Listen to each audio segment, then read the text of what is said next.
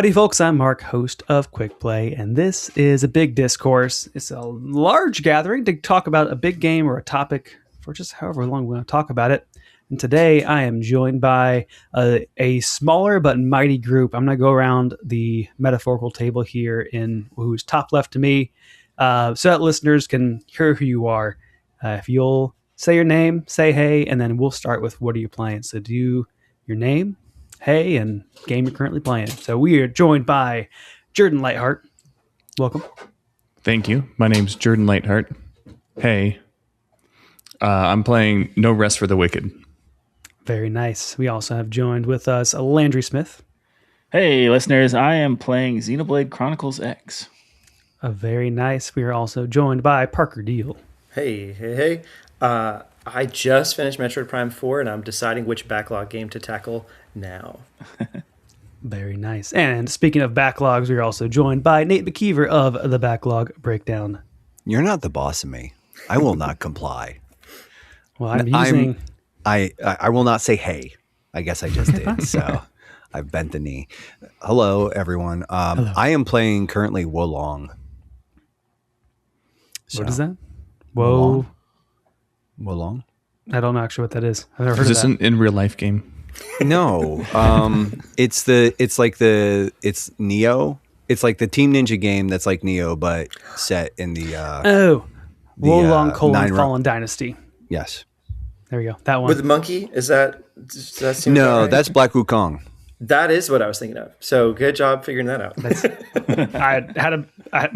My record skipped for a moment because wait, is that the game or not? Well, nice. Glad you're playing that. That sounds great. I'm sure it is great that I've heard about this all the time. I am Mark Erickson. I am currently playing Snowrunner on my Logitech G923. So getting the full force feedback on my steering wheel. Thank you all for joining me for this not so short talk about video games. We'll get right into it. Today's topic, unfortunately, you've seen the title, so you know what this is. But this is a secret to my guests. They're all about to find out right now. Let me get the link for them as well. I wouldn't call this my dumbest idea yet, but it's maybe my second dumbest idea. There's still time. There's still time. The jury's still out. We will find out. Well, I made a bracket. It is the season for entering March soon. We will use this bracket to determine what is the greatest video game genre of all time. And so I have sent you all a link to a Google Sheet in the chat. For YouTube viewers, this will be on your screen now. You can see this bracket right there for you. It is a Sweet 16 bracket, and I did the seeding by asking for a bunch of games that people liked. That's what I asked for all the top 10 games for. I tossed all those games to a soup, and also I added in some lists of video games that are known for their notability. Like I took Backlog Breakdown's top 100. I took Metacritic's top 100. I took IGN's top 100. I took a random list on Reddit. Of all those games, I gave each game a core genre and a part genre if it was applicable. And then with the whole power of spreadsheets, I tallied all these up into for how many times this main genre showed up. And they got a half point for all the half genres. And the ones that showed up most got the top C's, and I worked my way down from there. I did get a little creative as we go into this for kind of make some reasonable competition. I chopped up some genres and I combined a few others. So, for instance, I don't have action as a genre, but I did parse that out into action and adventure and Metroidvania and Soulsborne as their own entries. At the same time, I also combined sports and racing into one. And I also combined strategy and tactics into one. Kind of do some logical combinations here. And I'll get into the definitions and examples of each of the genres as we go to each matchup. But a quick rundown of our genre matchups. We'll go in seed order on the left side and then seed order on the right side, because that is the easiest way for me to do this. I did leave the number 8 seeds on each conference open, just as a way of, it's our wild card. We'll fill those in right now. But on the left side of our screens, we have first seed is action adventure, followed by shooter, action RPG, sports and racing, strategy and tactics, horror, simulation, and something to be determined. On the other side, our number 1 seed for the right side is JRPG, followed by platformer, narrative, that's being like kind of your walking sim games, puzzle, Metroidvania, Soulsborne, fighting, and then one more to be determined. So the way this will all work, and we'll get right into our wild cards in just a moment. Round one for each of these 8 matchups, we'll have a deliberation of 6 minutes each, just to kind of trying to keep this a little tidy. We'll see how we do with this group, and then we'll vote, and which will move us forward. Each round will get quicker with fewer matchups. We might shorten our deliberation time if we've run a little long.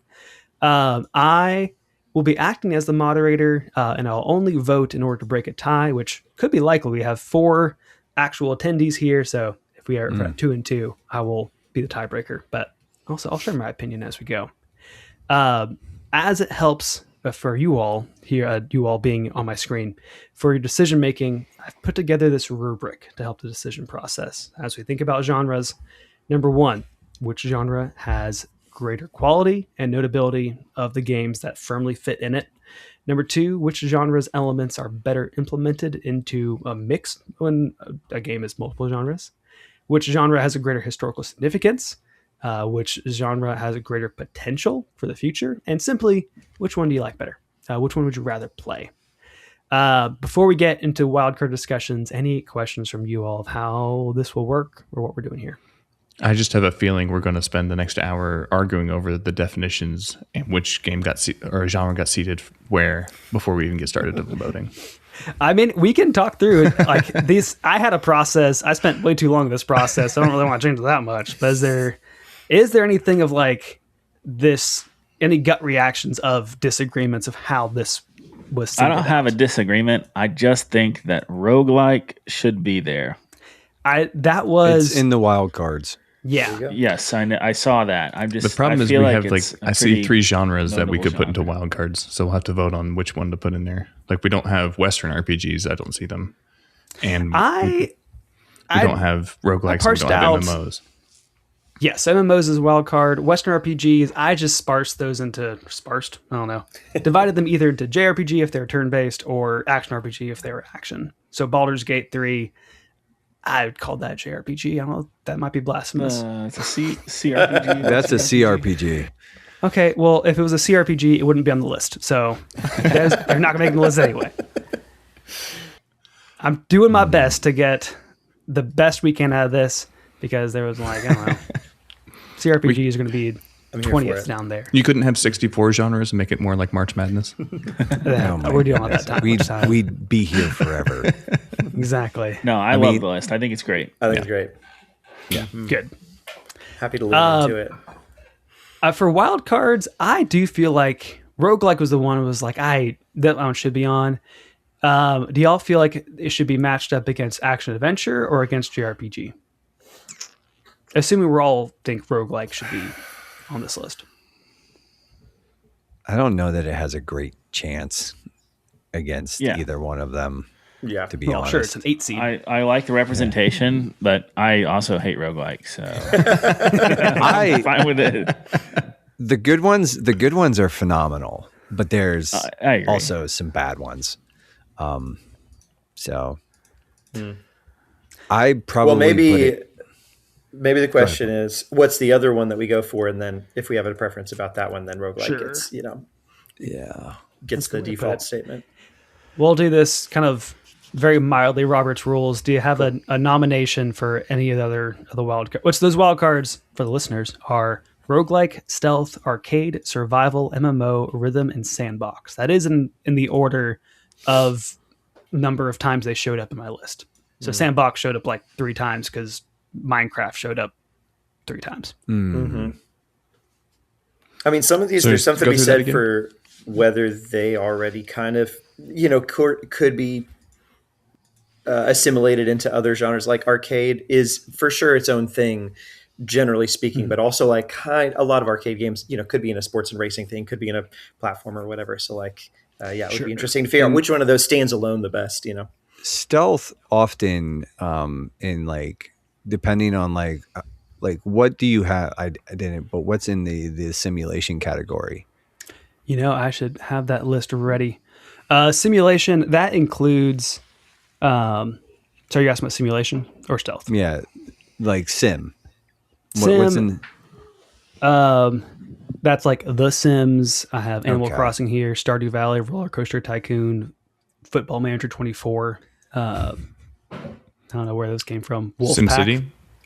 SimCity didn't show up, but that would count. Because I'm thinking of things like the new Prey and that type of super immersive sim. Yeah, immersive sims. And I was like, a lot of those lean heavily into stealth often.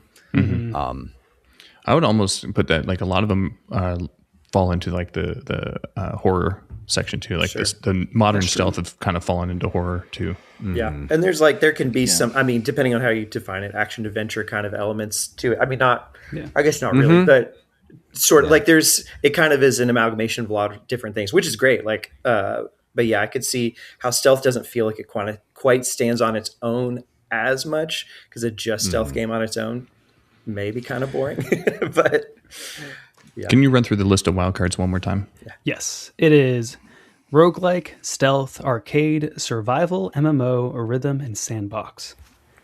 My initial leanings are, well, initially I was thinking MMO needs representation, but I feel like between JRPG and ARPG, we're just going to have to live with it. But I think rhythm might need some representation as well. If I just had my choice, I'd do rhythm, but I don't want to make it just my choice. Because those games don't fit neatly into any other genre. I'd be tempted to agree for what it's worth.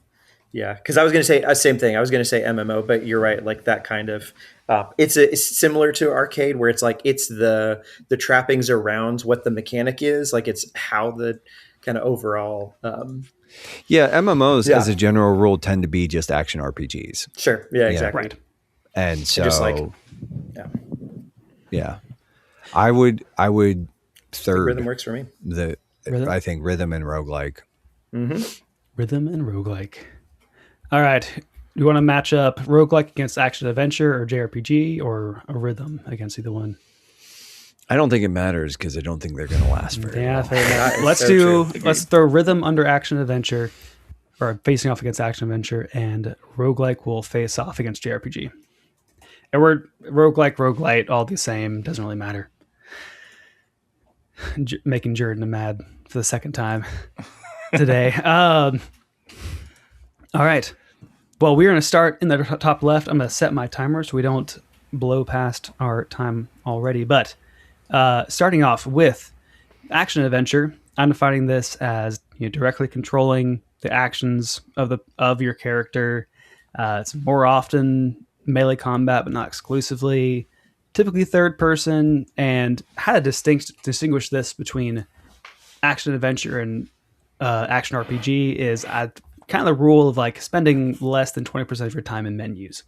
But for this, I'm thinking like God of War 2018, Grand Theft Auto 5, Legend of Zelda: Link to the Past, Uncharted 2. That is versus rhythm, being your rhythm games. That's your Rock Band, your Guitar Heroes, your Taiko no Tatsujin, stuff like that, music based ones. Dude, that's a bit of a deep cut. I pulled it out. Yeah. All right, I'm gonna set our timer for 6 minutes. Fire away.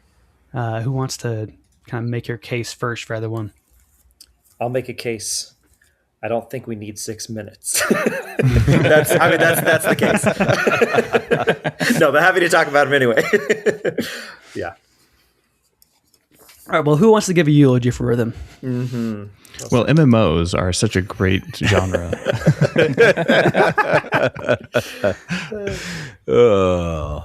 I think it's one of those things where rhythm games, as a general rule, they're really fun, and there are some that have sort of, but they're all pretty short lived. I think we just have to be honest. Like they go in phases, and they might have resurgences, but I mean, Guitar Hero, Rock Band, all that stuff, and even some of the other more sort of esoteric, like you brought up Taiko no Tatsujin or whatever. The drumming game. I know it's a drumming game. Josh plays it. That's all I know about it. But I think even there, they don't have any sort of real impact. Whereas I think a lot of times rhythm can be incorporated as an interesting add-on mechanic, but like when that's the base of the game, it's fun, but it doesn't move, it doesn't carry any water past that. Whereas action adventure games, especially looking at that list, like, some of these are like, you have a Legend of Zelda: A Link to the Past on there. That's probably like, while it's not my favorite Legend of Zelda game, it's foundational. Like, and I think that as a general rule, it's one of like the action adventure genre is one of the primary vehicles. And it's just like some of the most important experiences, like, even sort of like The Last of Us is ostensibly an action adventure game. And that's probably one of the most important games, in the last 10 to 15 years. So I don't think it's much of a contest. Like, it's just like, yeah. I think you make a good point that rhythm is just very limited. And I was thinking through of like, we talked about Hi-Fi Rush recently, where like that feels like that's the next evolution for rhythm games. And like, well, that's actually kind of just an action adventure game. And so I'd love to see the rhythm elements get expanded out more. And I love Rock Band, love Guitar Hero, but just feels it's limited in what it can do. Arguably, like in a similar way to Hi-Fi Rush, like you could take like Sekiro, sort of, in that like there's timing associated with it that like you could kind of pull from rhythm games, but like past that, I think it has a short shelf life. But there, I mean, something to be said for it. That's something in his pocket is the party aspect of like that. It's just approachable in a way that an action adventure game may not be. Sure. Obviously, I don't, I think that's great for what that is. It can bring in the casuals. Exactly. Sure. Yeah. Which is awesome. But, I mean, it's great, but you also wouldn't sit there and be like, someone's like, oh, I'm a gamer. It's like, oh, what games do you play? Like, I play rhythm games. Yeah. Like, no, I'm sorry. I don't know. If someone tells you like they love Elite Beat Agents, you immediately know they're a gamer. That's actually kind of like that's kind of that's a take. That's a take. And I don't hate it. Elite Beat Agents is like that's sort of one of those games that I think that's an outlier even as rhythm games go, because that sort of subverts the genre. It's not, and again, it's that sort of thing where it's not just a rhythm game. Like that is a key part of the game, but there's a lot more going on with that as well. I will offer a suggestion to your viewers, Mark, is like if you want to play a rhythm game that bases itself around a rhythm and then adds other components. So like we're talking about Sekiro and other things which will implement rhythm into a larger genre. This is a rhythm game that starts adding other elements into is Crypta the Necrodancer. Sure. Yeah. I played the demo for the Hyrule one. I can't remember what it's called. The Cadence of Hyrule one. Yes. Thank you.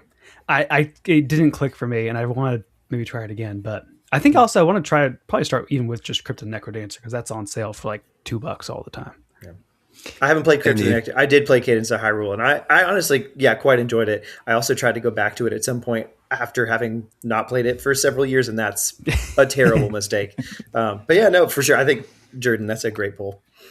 If you, and sort of from the other side of things, if you want to endure a nightmarish like hellscape that will assault you and intimidate you with, industrial grinds and groans and a sort of metal soundtrack, check out Thumper. It's interesting. Don't like that. I don't know where that's going, but I don't know what that is and I don't like it.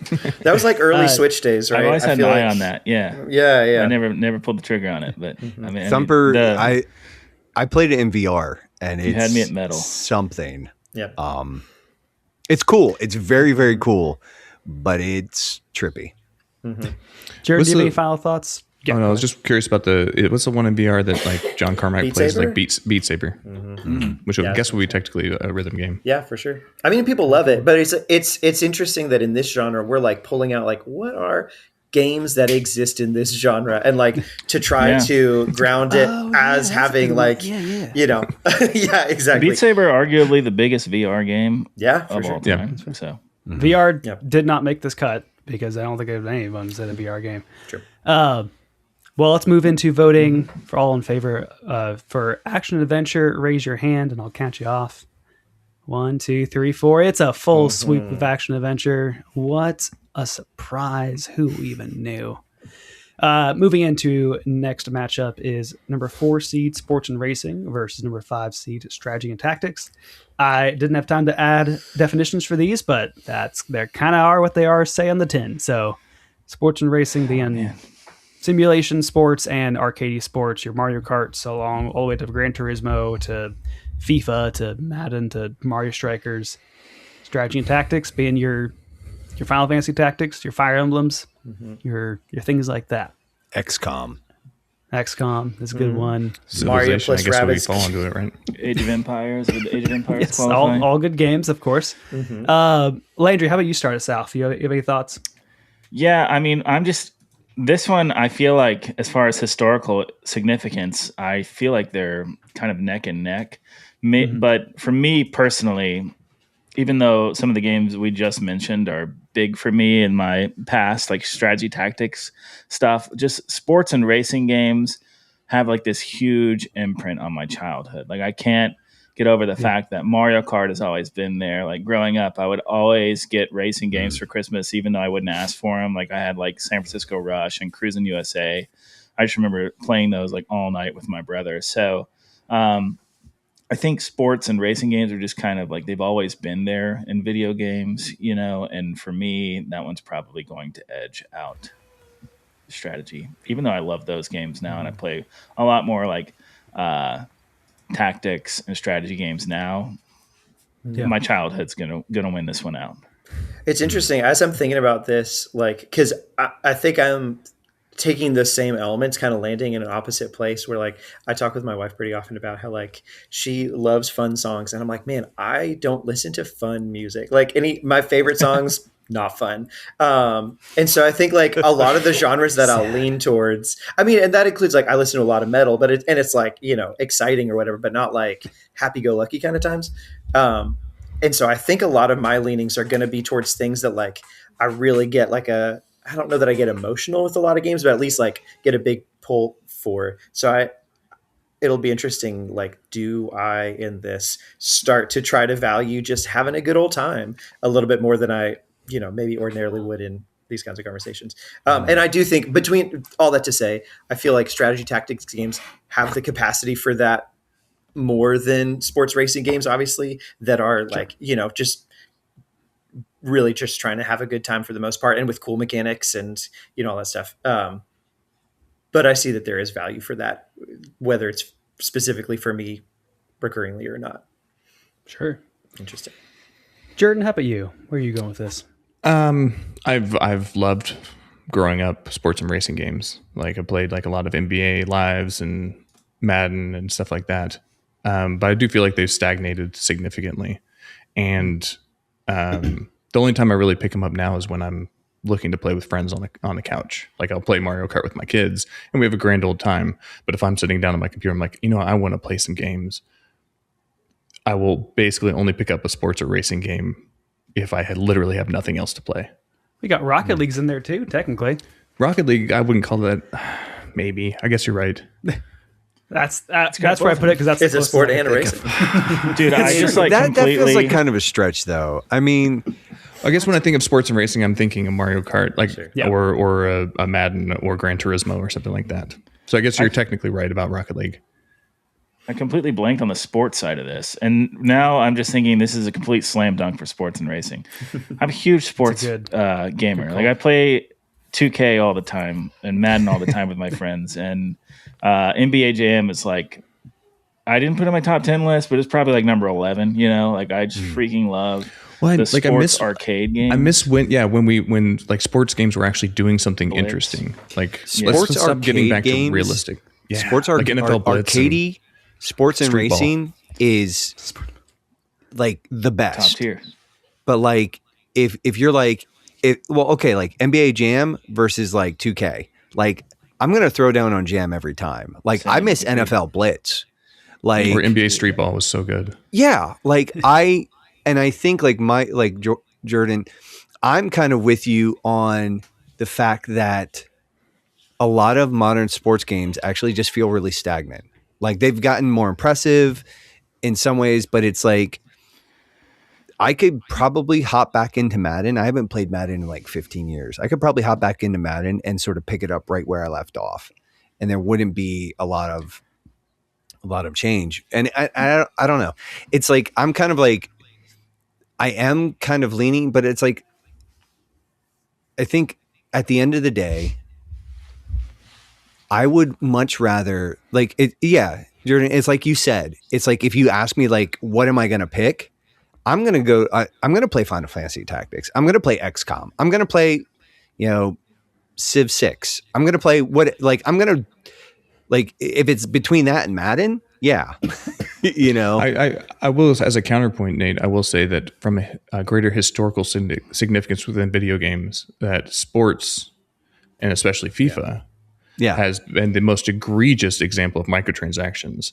And so they probably have a more historical negatively impact on the industry than strategy and tactics. True, so I don't know if that's a vote for. And predatory microtransactions are all over 2K and Madden now. It's like I've heard they have unskippable ads 2K, in yes, dude, it's the new NBA game. You pay $70 for a game, and then like at the beginning, there's like a little video all the time. I don't know if they're unskippable. I think you can press start through it, but there's load times, which is annoying. But that's why 2K12 is like my favorite 2K, because it's like the last one without crappy microtransactions. I think the thing is, like, in some ways, like the other side of it, what's interesting about this is that broadly speaking,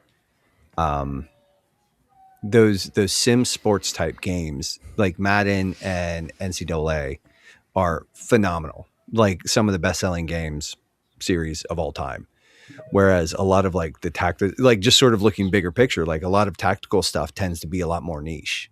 A lot of strategy games tend to be more niche, and it doesn't mean that you don't have sort of outliers. So it's like, it's one of those things where it's like, I don't really want to give it to sports and racing. Like, because like the sports and like, I think that's the other thing is like sports and racing now is not like, yeah, we get Mario Kart, but like, dude, I long for the days of Burnout Revenge. Like, give me like a good arcadey racer, like with like high mayhem modes. But now it's like, and don't get me wrong, it's like GT, Gran Turismo and Forza. Those are really cool. Those aren't my things. Like, I want some arcade shenanigans that aren't Mario Kart. What was that Need for Speed game that someone died because of? Was it Most Wanted? What? I think it might have been Most Wanted. Oh man. Yeah. Wow. Like it was directly involved with someone like doing a high speed chase of some kind. Yikes. And someone got in an accident and died. Well, I don't want that. Our goal here is not to assess where the genres are in the present day. Well, so that's what I was going to ask. So, the greatest of all time. So, Mark, as we're going, I know we're done on time probably for this specific one, but like as we're thinking through these, I mean, my personal preference of like which one would I prefer probably isn't really what we're going for, even though obviously I will be casting my own vote and stuff. But so like, it's at least a piece of it. Sure. Yeah. Like that should go into the mix. Sure. Like it is both going back to the rubric where it's like the quality of the games, how it's implemented, how its historical significance and the potential, and then just simply if it comes down to like which one do you like better? Yeah, I think that's kind of what we're going for here. Yeah. So you could, if it's 4-1 for one genre against like even the one is the one you just like better. Like I think for integrity of the project, I think vote with the 4. I didn't have to sign anything about keeping integrity. Yeah, so this is podcasting. That doesn't matter. Hey, great. I'm doing hot takes. This is a great 4-5 seed matchup, I think. Let's get to voting here. So, all in favor for sports and racing, if you would raise your hand. Oof, that's 1 for sports and racing, and just a strategy and tactics. If y'all raise your hand, guess you have any. Mark, you're definitely voting sports and racing, though. I would have voted sports and racing 100%. And the reason I did is not just because of number 5, but because when I look at the games in strategy and tactics versus sports and racing, it's like the quality and notability of them. Yeah, there's, as Nate was saying, like the franchise of these is massive, but like the specific games and the quality and how they integrate with it.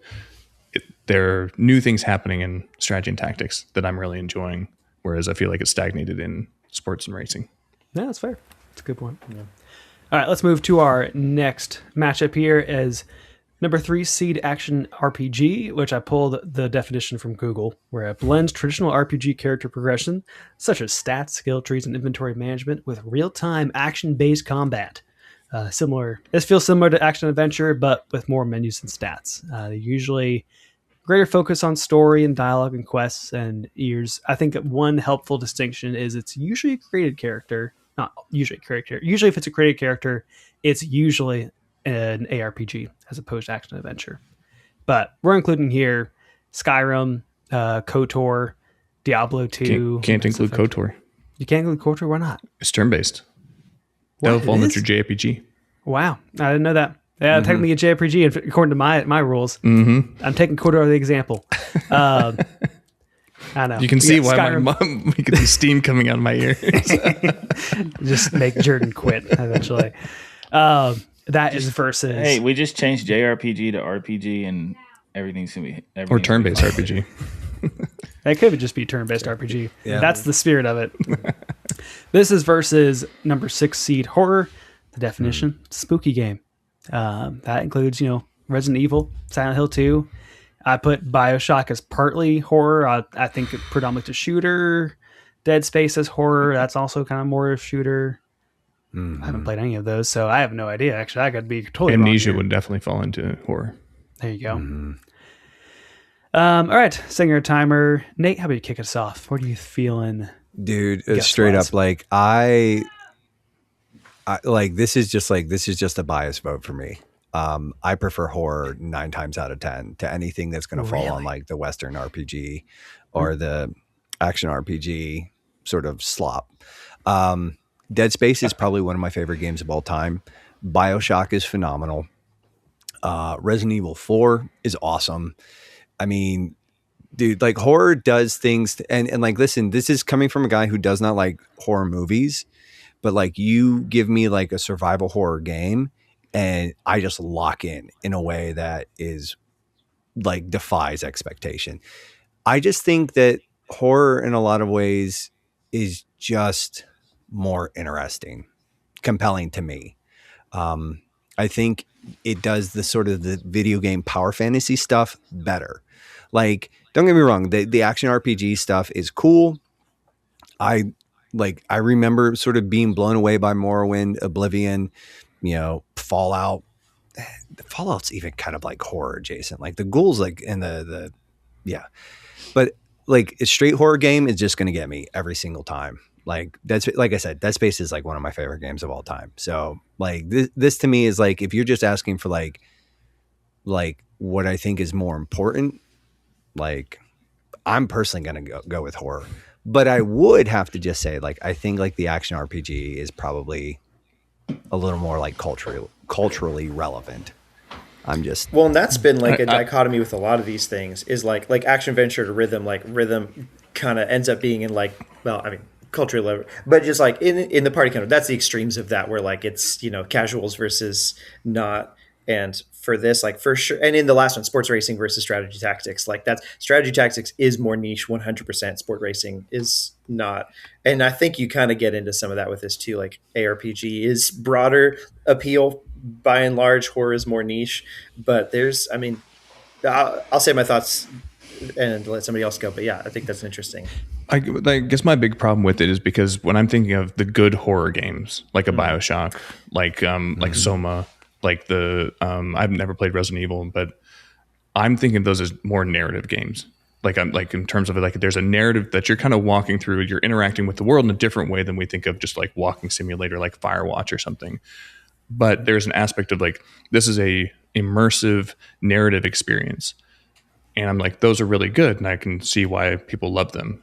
But then I'm also thinking of things like, was it Outcast or Outlast or something like that? Or these cheap slop horror games that are coming in, easy to make because you can just put a fog around the player, make something relatively grotesque, do a bunch of jump scares. And I'm like, that is, to my opinion, most of it's slop, most of it's terrible, similar to survival crafting, where you're sitting there, it's like, oh, good, another one, and it doesn't really work that well. And the only reason people like it is because the jank is part of this horror aspect. And so from a quality and notability, Soma, BioShock, and The Resident Evil games, I agree, are high quality and well done. I haven't played Dead Space either. But Jordan, shame. For shame. I'm a PC player. Dude, it's on PC, brother.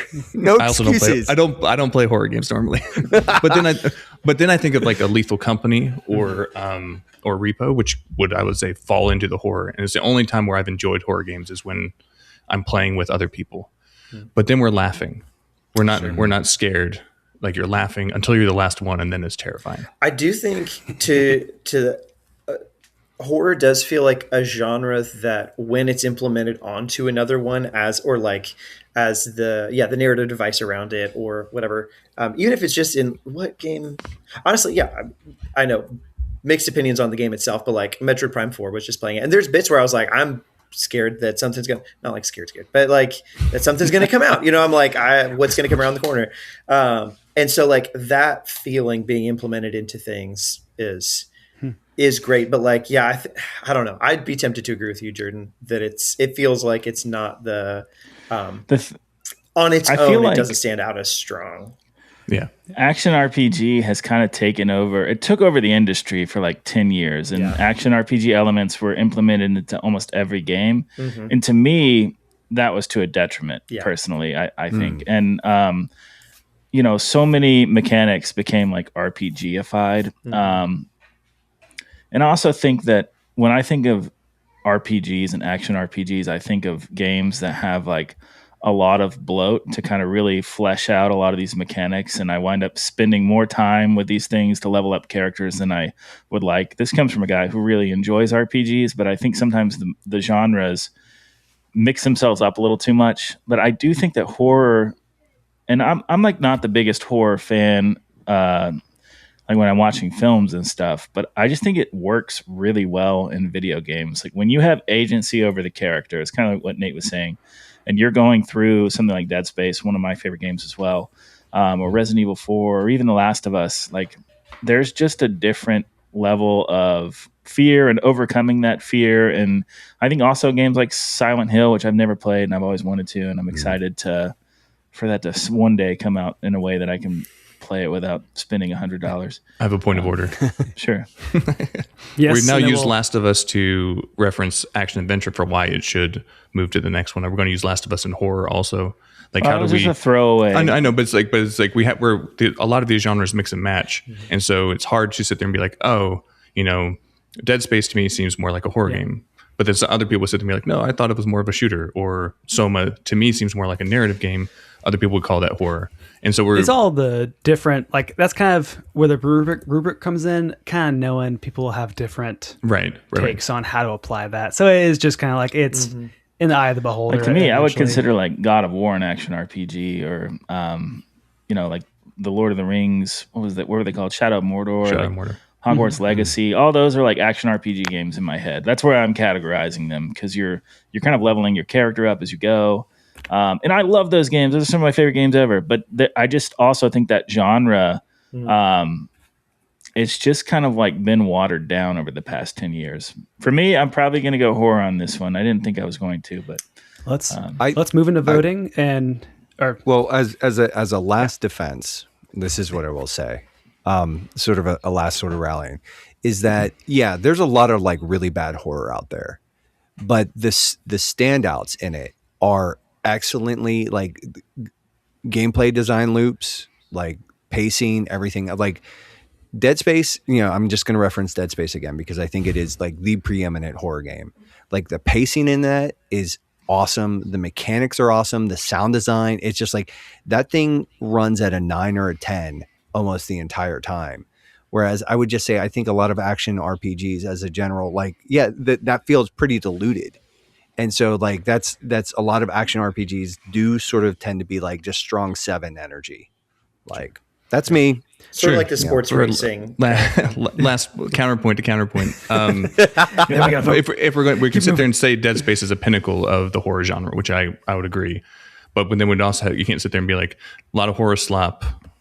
Dead Space is pinnacle, so horror should win because of how good it is, and it is very good. Then you would also have to say, okay, but what's the pinnacle of the action RPG? And to me, it's Soulsborne. It's Soulsborne. Well, that's part of the problem. We have a Soulsborne And that's category. why I think I'm but I was leaning like, more towards that. Action RPG, the way we're describing it, could also be a lot of MMORPGs. And it's like, so vanilla WoW could be considered a pinnacle of action RPG, or a Diablo, No Rest for the Wicked. And so you're sitting there and going into these other pinnacles, and like, okay. Having Diablo in the action RPG category actually does stall me out a little bit, because I think those games are phenomenal. I don't know. If you haven't tried No Rest for the Wicked, you definitely should. It's a phenomenal action RPG. All right, how about this? If you want to vote, if you want to talk more about it, you got to vote for it. So Okay. we're going to move into voting. If you are into action RPG, moving on, if you would raise your hand. That's one from Jordan. If you're into horror, moving on, raise your hand. Surrounded by idiots. I honestly, I would not choose to play them personally, but I do think there's more of a future, like an interesting future to be delved into with horror and what it can do with things, even though it's not my vibe particularly. Whereas action RPG, I kind of agree that in terms of like stalling out kinds of things, also a future, but we'll keep it interesting. Well, so far we've had one action adventure versus rhythm, that's what normally, but strategy and horror are both upsets. So interesting so far. Moving into our fourth matchup is number 2 seed shooter, which is, the ones you shoot guns in. Usually that not necessarily a first person shooter obviously applies here, but also third person shooters too. Your Call of Duties, your Half-Lifes, your Halos, your Fortnites, your Splatoons. That is versus simulation. So both being realistic simulation, but also more arcadey. This is where your life sim stuff would fall into. So Animal Crossing, Stardew Valley, but also your Microsoft Flight Simulator, your Farming Simulator 24, whichever you have your Sim City. I think we mentioned that in Strategy Tactics. Or no, we mentioned that in simulation before. Yeah, simulation. Okay. Jordan, how about you? You want to start us off on what you think? I'll sit on the shooter one. Shooters have been, I'm starting with Doom. It's like basically created the modern game industry. I love a lot of simulation games.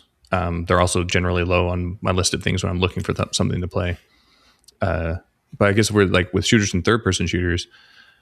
One of the best games that came out in the last year, Arc Raiders, is a shooter, and it is like compared, like similar to what you were saying with Dead Space, Nate, like the sound design, the way that they implemented proximity chat, and stuff like that has created a larger game, I think, than the normal multiplayer shooter PvP extraction would normally be. And I think that the levels or the stratosphere that we can reach with shooters still hasn't been reached. Interesting. All right, Parker, do you have any response to that? You're deep in thought. Yeah, no, it's interesting just because the genre is so ubiquitous that like a lot of the complaints we've levied against other genres absolutely apply to shooters. But I mean, to your point of there's still a future that has yet to be, like, maybe it's such you wouldn't just like call something like a sword game. Like a shooter is so generally applicable that it could, like, yeah, you could use that. Swordy. Yeah. Right. So all that said, if this weren't up against simulation, I can't make a strong case for simulation. So, but that said, like, I don't play really any shooters, so I trust your judgment way more than mine in terms of like what the future looks like. Coming into this, I would have thought like, yeah, I mean, we kind of tapped it out for the most part, right? But historically, absolutely super important, and just like, yeah, for the industry in general. But for the future, I just trust you on that. So that's my thoughts. Landry, how about you? I'm thinking of like the first Thursday of the March Madness tournament when you're so excited to watch the games and you turn on the first game and it's like the number 7 seed versus the 2 seed and you just feel sorry for the number 7 seed. You're like, these guys have no business being here. They won some terrible conference.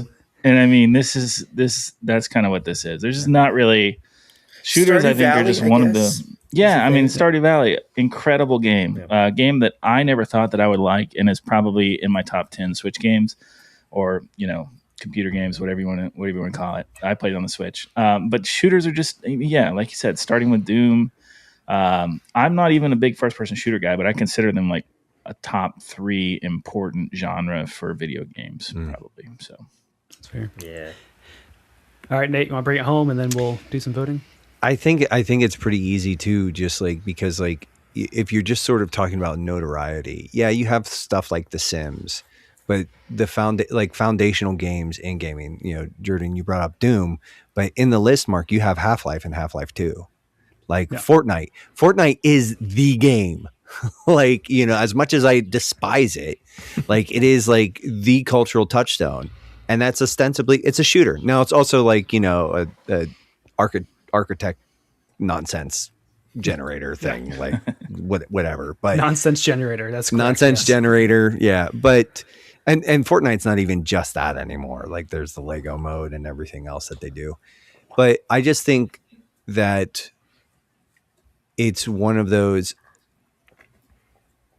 every once in a while too. And this is like where it gets like, this is what we were talking about though, with horror and everything else, is like, it gets messy because Dead Space is a first person shooter. But it's a horror game, And so it's like, I just think like So yeah, I'm just going to vote for shooters just because I think like, I know it probably makes me a horrible person, but like one of my, again, it's in my top 10, but Destiny 2, that's a shooter. Like you are a horrible person for that. But I knew this beforehand. I mean, like we're just confirming what I already knew. But yeah, it's one of those things where I'm just like, yeah, it's kind of like, well, dude, and Bungie's gunplay, it's just like, it's so stinking good. It has no right being that good. but yeah, I guess I'm just, shooters. The shooter basically created the Xbox division of Microsoft. Like, there would not have been an Xbox without Halo. Fair enough. Mm-hmm. Alrighty, well, we can get some time back on this one, I guess. Personally, I would go for simulation just for Stardew Valley alone, but I also understand. Oh, the first time Mark puts in a vote. Yes, just stand in the rain of. Go stand in the corner and think about what you've done. Nobody knows. All I'm your retarded. hands up for all those who want shooter to move forward and feel. Raise your hand. That is 4 against nothing. We will move shooter right on up. So sorry, simulation. We loved you for a little bit. All right, we're halfway through round 1. We're moving up to the top right, starting our next conference here. Again, back to number 1 seed JRPG, or turn-based RPG, if you don't want to get geographical with it. I also two different genres. Well, I mean, I'm an idiot with a podcast. What do you want from me? I'm pulling from the Google's definition, going, these games emphasize deep character development, party management, and complex, often fantastical narratives. So these include your Chrono Trigger, your Persona 5, your Pokemon Blue, Red, and Yellow, your Fantasy 6, 7, 9, and your Super Mario RPG. All of those games showed up in our lists. That is versus our wild card pick number 8, roguelike. Those are the ones that like it's run based, sometimes a meta progression, sometimes there isn't. Those games include Hades, showed up a lot in our list here. Oracle of Melees did not necessarily show up here, but it could have as a roguelike. And Slay the Spire also showed up too. That's very roguelike ish, at least. So yeah. How about Landry? You want to start us off between a JRPG versus roguelike? Yeah. Man, it's so weird to see roguelikes having this kind of, I don't know if you call it a resurgence or just kind of like a coming to the spotlight moment in the past few years. They actually remind me of growing up just playing the NES a lot, where, I could never get past like more than the first 3 stages of Ninja Gaiden, so I just played them over and over and over and over again. That's kind of, I'm not a huge roguelike player, but I played Hades and Dead Cells, and that's kind of what it reminded me of, just like running through those first levels over and over and over again. I think it's a cool genre, and Balatro is like one of my favorite games in the past, so fun.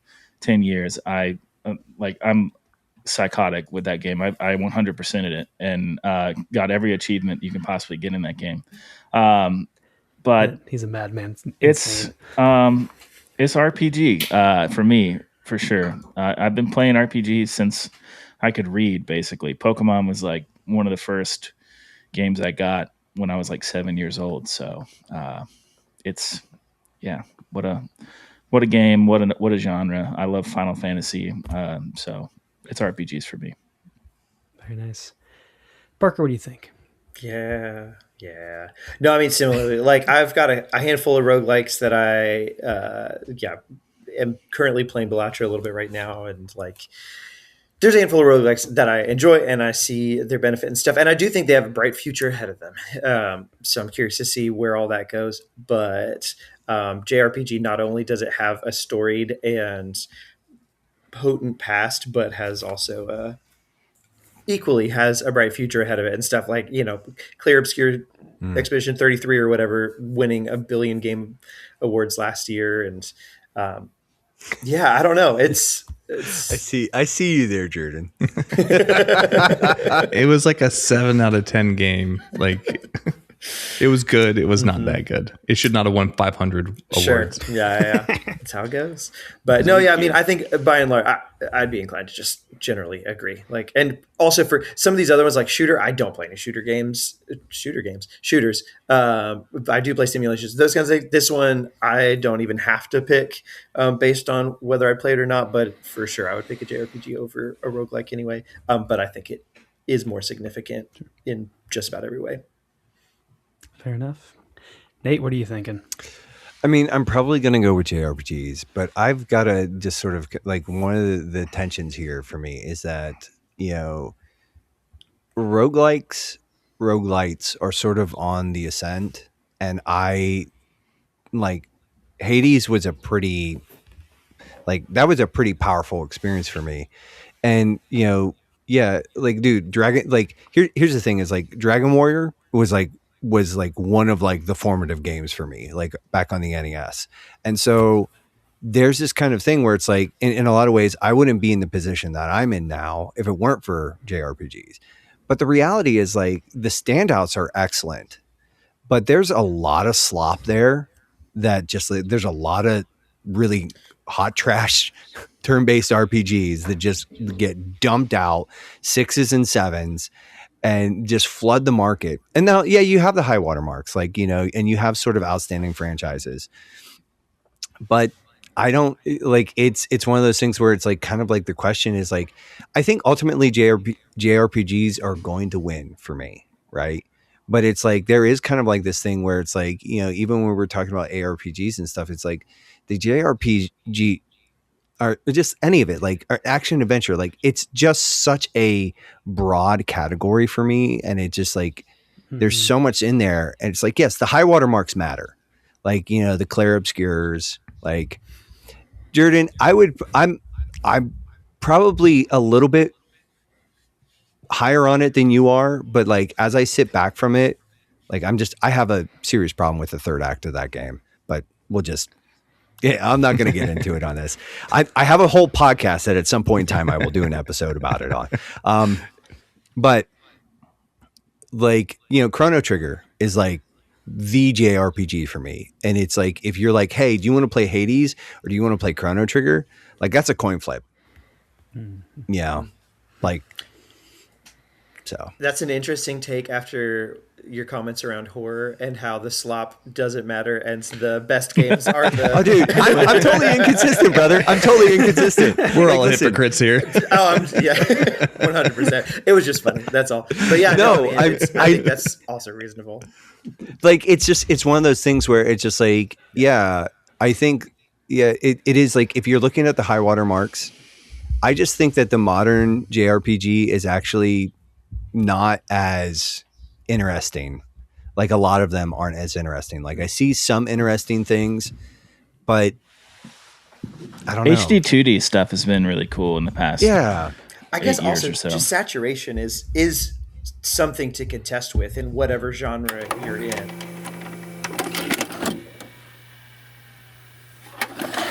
Welcome back, everyone.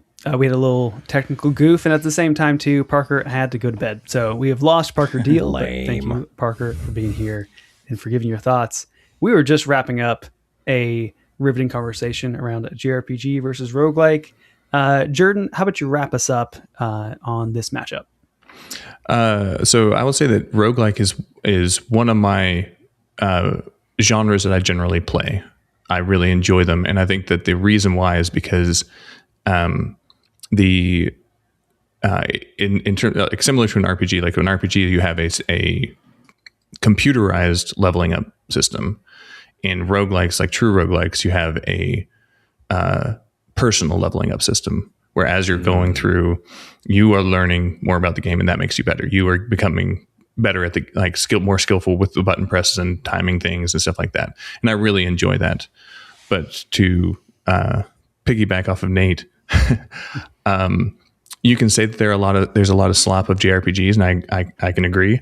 Mm-hmm. There is a ton of slop in roguelikes. Like, as someone who didn't make any money roguelike myself, and I was competing against them, and I made one of the slop ones. I would say, like, it's fun, but it's never going to make any waves or anything like that. So I think both of these are full of slop. My big problem, again, and I'm going to place my banner down. I have a really hard time just calling all turn-based RPGs JRPGs because of how things work. CRPGs like Baldur's Gate, the KOTORs, the Dragon Age. Is where I lumped them. You shut your mouth. They have such a different approach to storytelling than JRPGs do. But I'm JRPGs and RPGs, turn-based RPGs, are definitely going to win this. Roguelikes are good, and I think that more bigger genres should take a look at it and be like, why are these successful? And can we integrate this into our genre? Yeah. And I think it will happen at some point. Some AAA company is going to figure out that, or AA, or some indie company is going to go huge by integrating roguelike into their game loop. And it's going to be a phenomenal experience. Yeah. Maybe it'll be Sonos. I think Returnal was almost there. Well, that is a roguelike, right? I don't know that one. Saros, I think. Yeah. Saros. Yeah. Saros, sorry. Sonos Returnal is a roguelike. Yeah, it's and it's really stinking good. Yeah, I played Returnal. I just want to make sure. Yeah. I'm sorry. Everyone was looking at me like I was crazy because I got the name wrong. I was like, Sonos was Returnal, right? Sonos. I was like, what? I know that from somewhere, like, man. But I know Saros. I think Saros looks fantastic. I do too. But yeah, Returnal's awesome. All right, well, let's move into voting here. For those of you who think JRPG should move forward, please raise your hands. And that is all three of you. So it is a clean sweep. JRPG, number 1 seed, moves on. Roguelike, number 8 seed, gets defeated. Next up here, we have number 4 seed, Puzzle. These are the ones that, they tickle your brain. They're focused on problem solving, using logic, pattern recognition, or word skills, whatever. This is a big squishy category a little bit, because I put in here Tetris, but I also put in Portal, and I put in Outer Wilds in a way that feels it's puzzle-ish. I would put Outer Wilds into narrative. I wouldn't. I don't know, man. I think Outer Wilds is very puzzly. Like that last sequence in Outer Wilds. I mean, there's puzzle elements to it. I lean more on like the it was a mystery. It's like, so I guess if you count mystery as puzzle. Yeah, I'd file mystery under puzzle. That's kind of where I was going. When I think of puzzle games, I think of like single screen block games, and I know that's antiquated, but I just don't think of Portal as a puzzle game. Portal's an awesome game. Puzzle games suck. I think like The Witness is a No, I agree with that. Completely puzzle game, and I can't play through. I tried playing through it, and I watched someone else play through it. The Talos Principle was like one of the first games in a long time where I was like, I just will not finish this because I think this is boring and stupid, and why am I wasting my time with this? I do not like my with those 3D puzzle games like The Witness and the Talos Principle and everything like that. My response is like, no, Like, I will not dance for you. I am not a rat in your cage, Mr. Science Man. Like, no, thank you. But Tetris is like the greatest game of all time in some ways. Like, dude, Tetris rules. And yeah, so this is also coming against some other greatest games of all time because we're up against number 5 seed Metroidvanias, or if you prefer Search Action, which is a dumb name. I think the dumber name of Metroidvania is a better name. These can be 2D or 3D. Who calls it? Open world. I defy anyone to call it Search Action in real life. That's Search Action. The Besties podcast goes Search Action, which that's ridiculous. I hate it when people have a vendetta against Metroidvanias. Yeah, just call Metroidvania. Just suck it up, man. What's the problem? Just deal. You get your progression around upgrades and unlocked abilities that provide more options for combat and traversal, but these include your Super Metroid, your Castlevania Symphony of the Night, but also Hollow Knight, Metroid Prime. There's elements of it in Batman Arkham City. Games along those lines. All right. Landry, how about you start us off, even though we got a little bit start of puzzle, but... Yeah, one of the greatest delights of my gaming career, whatever you want to call it, is just Metroidvania is coming back into style over the past 15 years. My favorite mechanic in any games, if you can call it a mechanic, is just exploring. It doesn't matter if it's like Breath of the Wild or Super Metroid. I just love poking around and seeing what I can find, finding secrets, that kind of stuff. So Metroidvanias have always been games that I love. I think the first one I played was probably Castlevania Circle of the Moon, and that's not even a good game. And I absolutely fell in love with it. And then that is a respectable game. I will not abide this slander. Hey, don't get me wrong. I love respectable is above or below Claire Obscura. Comparable. Okay, don't get me wrong. Castlevania is one of my favorite game series. I just think that that's one of the lower ones of the Metroidvania, Castlevania games. But I went on to play all the Metroids, and I love all the indie ones as well. And I think it's been one of the more important genres for indie games. So that's why I think it can punch with the puzzle genre, which I think is really important, even though I really genuinely do not like it. Probably my least favorite genre of any video game. I don't like Tetris. I've tried so many times. I bought a complete in-box copy on the NES just because I was like, I'm going to figure out how to play this and enjoy it. And it was like $30. Couldn't do it. I hate it. I still hate it. I think that game is just too difficult for me. It doesn't hit with my brain for some reason. I'm sorry. Yeah. Dude, I don't know what's wrong that makes me sad for you, Landry. Maybe I need to get like the new one with like all the crazy music and stuff. Tetris Effect is really cool. I'll try that out. Yeah. Jordan, how about you? How do you feel about this matchup? Both of these to me are similar to roguelikes, are genres that games should be implementing into their larger genre. So I played through Ori and the Blind Forest and the second one, which are great games. And then I played through No Rest for the Wicked. I'm playing that this month. And I have noticed that with No Rest for the Wicked is that they went with an isometric, kind of a 3D isometric world, and I can tell there are aspects of Metroidvania design in the level design, and it's one of the best level designs of that I've played since Elden Ring. Like it is, it's so good, and so I want more games to implement Metroidvania mechanics, we'll call it, into their thing to encourage exploration, to encourage all this type of thing. Similar with puzzles, like I love puzzles in my game. I love little things happening where you have to figure it out, and it'll break you from the typical, hide behind chest high walls to shoot at your enemies, and then jump over and hide behind the chest high walls on the other side to shoot at your enemies. Like I want breaks in the gameplay to have that. So both of these are basically neck and neck to me until you were like, oh, Outer Wilds is a puzzle game. I'm like, okay, well then I have to choose a puzzle. Like, it's just, and puzzle box. It has to, if you're going to put like a game like Outer Wilds into puzzle, then the puzzle genre is going to have to beat in a Metroidvania to me. All right, Nate, how about you? See, this is like this is really tough for me because, like Outer Wilds, I have a lot of respect for that game. That's a game that ultimately, like, I fell a little flat on, just because. Well, and we talked about it, and. We haven't talked about it. I think. I think narrative. Like, I think it's really, really interesting. I would have appreciated, I think, a little more gamification in the controls. I felt like the controls were a little too. I don't want to say technical, but like almost like heavy or whatever. And granted, like I got used to them. But I think narratively, where it ends, I just.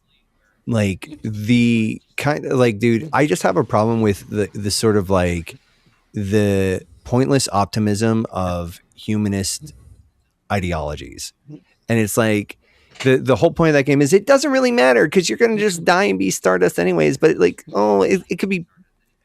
Yeah. And I'm just like, just I make fart noises at that narrative, but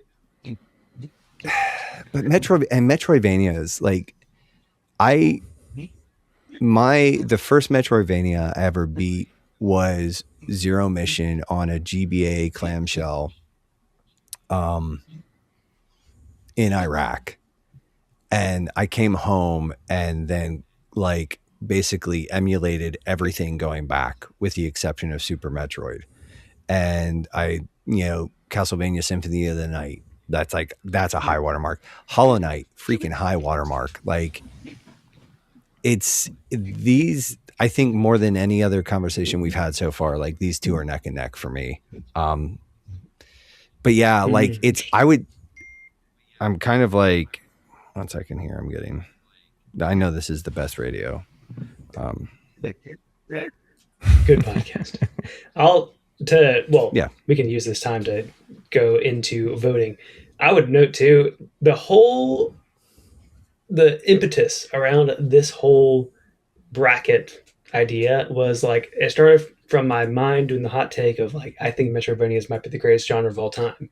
And I started thinking like, maybe there's a way we could scientifically prove that. We're doing it right now. I don't have a vote. But Jordan, I 100% agree with your analysis. Like these are both two genres that like, I'm like, frankly, like they're better. They are better when their elements are implemented in other games. But I would say like, well, and I think all I'm going to say though, I think Metroidvanias will edge out puzzles for me just because like Metroidvanias do tend to actually just be games. Whereas like puzzles are a lot of like puzzle games as a general rule tend to be kind of like, again, it's like dance for me, you little rat. And I'm like, no, like I will not run in the wheel, Mr. Science Man.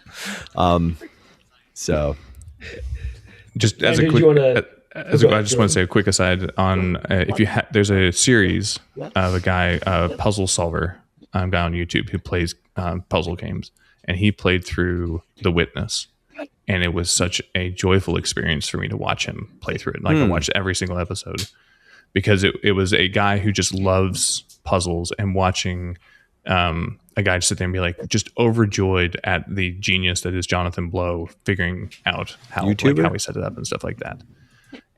Yeah, I think it's puzzles. I think his name is Simon, but there's a couple people on the same YouTube who do different things. But it's Puzzle Solver Plays The Witness, I think is what it's called. Okay. Nice. Landry, to finish your thought, and we'll get to vote. Oh, I just saw that you put Legend of Zelda: Ocarina of Time under puzzles, and that made me. I was like, "What are you thinking, man?" That's there are puzzles in Zelda. That's true. Okay. Because that's like my favorite game of all time. This is a hard one, actually. It is deceptively hard. No, I do think that the puzzle genre is best seen in other games, like Henry Hatsworth. All right, well, let's get to voting. If you think puzzle should move forward, if you would please kindly raise your hand. It's 1 for puzzle from Jordan. If you think Metroidvania should go forward, that's 1 and 2 from Landry and Nate. Metroidvania. I don't feel good about this vote. I don't like all. I'm just glad the Outer Wilds got put in puzzle, so I didn't have to feel bad about the next bracket. Sure, yeah. Moving to the next bracket. So this is number 3 seed is narrative, and this is like the squishiest genre that I don't really know how to. Here's what I did. So you might call this a walking simulator, you might call this a visual novel, but you also might call it when it's like, oh my goodness, or a core driver of a game, and when it's like it's communicating a story. Nate just found my note. You're the worst. The worst, dude. And so I would say examples of this being Disco Elysium or What Remains of Edith Finch. I think Journey fits into this, even though it's like pretty wordless. Like it's more about telling a story. But for other times where it's like the story is a really core part of what this game is, as like that's Red Dead Redemption 2. Nate is going ballistic over Shadow of the Colossus. That I think that's partly of that game is about the story of it. The 100%. Last of Us kind of fits under here. Then how come Outer Wilds? I would kind of put Outer Wilds in this one over. Oh, sure. Then Outer Wilds can. It's not about the genres are not about the games that represent the genres. The games that represent the genres are help to push the genres forward. So if Outer Wilds fit under here, I would say that's at least partly into there. If that helps you want to vote for narrative, then that's want to vote for narrative. But I don't want to vote for narrative as part of the problem. I'm making it harder for you for good content. Oh my! Because that is versus number 6 seed being Soulsborne. You know, your Dark Souls games, your Bloodborns, your Elden Rings, stuff like that. So let's start with Nate. You're squirming. Dude, you're the worst. You are just absolutely the worst. Like, I love you, brother, but I'm so angry with you right now. I don't even have words for how, like, I am seething and my rage will know no bounds. Dude.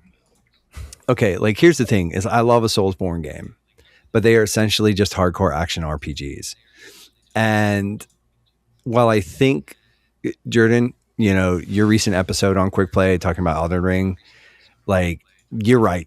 That game is like one of like the most important game. Like it is like the game in so many ways of the decade. But man, Shadow of the Colossus and just like even some of these other things, like these, I think are some of the most important games in the conversation. Like it's the fact that like, I can't believe you did this, Mark. I was wondering why narrative was a 3rd seed because I was in this like Firewatch Journey. No, and then I started going through the. It really is. It was buoyed by all the ones that are like this is partly fits in, like it's just the game. Well, narrative is in so many video games, right? Just because a game has an incredible narrative, like Shadow of Colossus or Red Dead or Last of Us, I don't put that in the narrative. To me, is like a walking simulator, like Gone Home or what you initially put. That's what I think of when I think narrative games, and then it becomes an easier decision. Yeah, I think it's just I mean that is a thing. Like if you categorize them like that, it's like, and even What Remains of Edith Finch, which I think is a really fascinating experience, is like if it's just that versus Souls-likes, 100%. So. I also think of like point and click games, which had a really important place in history, especially in the 90s. And also, like, I remember I never played a point and click game until like my adulthood, but I remember seeing things like Monkey Island and what was the one on NES that was like kind of horror coded, Monster House or something like that. I remember seeing these as a kid and just being fascinated by them. But still, I think of those as narrative games. But I'm somebody who, I'm an English teacher. I love narrative. I love movies and books just as much as I love video games. But I personally don't think that video games are like the best medium to push a narrative forward. And I don't know that I think Soulsborns have done something interesting for the video game genre, and that's kind of like the world building around these games, the lore that's kind of sprinkled throughout. I don't think they do it well, actually, even though I love Souls games. I think that's one of the over celebrated parts of them. But I still think it's a really interesting concept, and I think it's going to be hugely influential for the medium moving forward. So I'm going to have to give this to Soulsborne, even though it does remind me of action RPG a lot, or an action adventure game. They just they do their own thing and vibe their own way. And Miyazaki is just like one of the best to do it right now. So splitting it out was partly so that like action adventure, action RPG can't just run away with it. There's get a little competition in here. So to your point, Landry, about narrative in video games, is because this subject is near and dear to my heart, and I don't want to take up too much time. I generally agree that, well, I'll put it this way. I disagree that video games are a bad way to tell a story or to do a narrative of some kind. What I think that the problem is that most designers and creative directors are pushing a narrative, having read books and using books or movies as their way of telling the story, where they're trying to give you like you have there's no player agency in a book. There's no player agency in a movie. And I think if games embraced the player agency side of a storytelling, almost like choose your own adventure books back in the 90s were always terrible, but were also kind of interesting and fun to read through. And so I think that if designers and narrative designers can start going through that way, then games will start, like the narrative side of games will start really taking off. But I think that for most of the narrative games that are out there, like Firewatch, Journey, they would have been better made as a movie. And I think that that's where they generally fall short. Interesting. Yeah. By no means am I saying that video games shouldn't have narrative. I agree with you 100% there. And I think that you're exactly right, dead on. I think a lot of times what you see is that cutscenes kind of become exposition dumps and narrative fillers. And yeah, if players could take agency or fill in that exposition while you're playing, that's when games really shine in narrative. Yeah, I mean, just to sort of like, I think the problem is like, maybe saying it a different way, is that I think most of the delivery of narrative in video games is actually pretty heavy-handed and kind of like just poorly executed. And whereas like, I think what's so interesting, you know, and we're talking about like, and again, it's like, we've already referenced it, but BioShock as a narrative experience is like, especially when you get to the would you kindly moment, it's like, dude, it's, oh man, it's that like floored me. And it's a reason like that. Yeah. Like that, dude, talking and Miyazaki, like, you know, and it is interesting because like, okay, Shadow of the Colossus, I'm going to pull that out. It's one of my favorite games of all time. Like it is my favorite game of all time.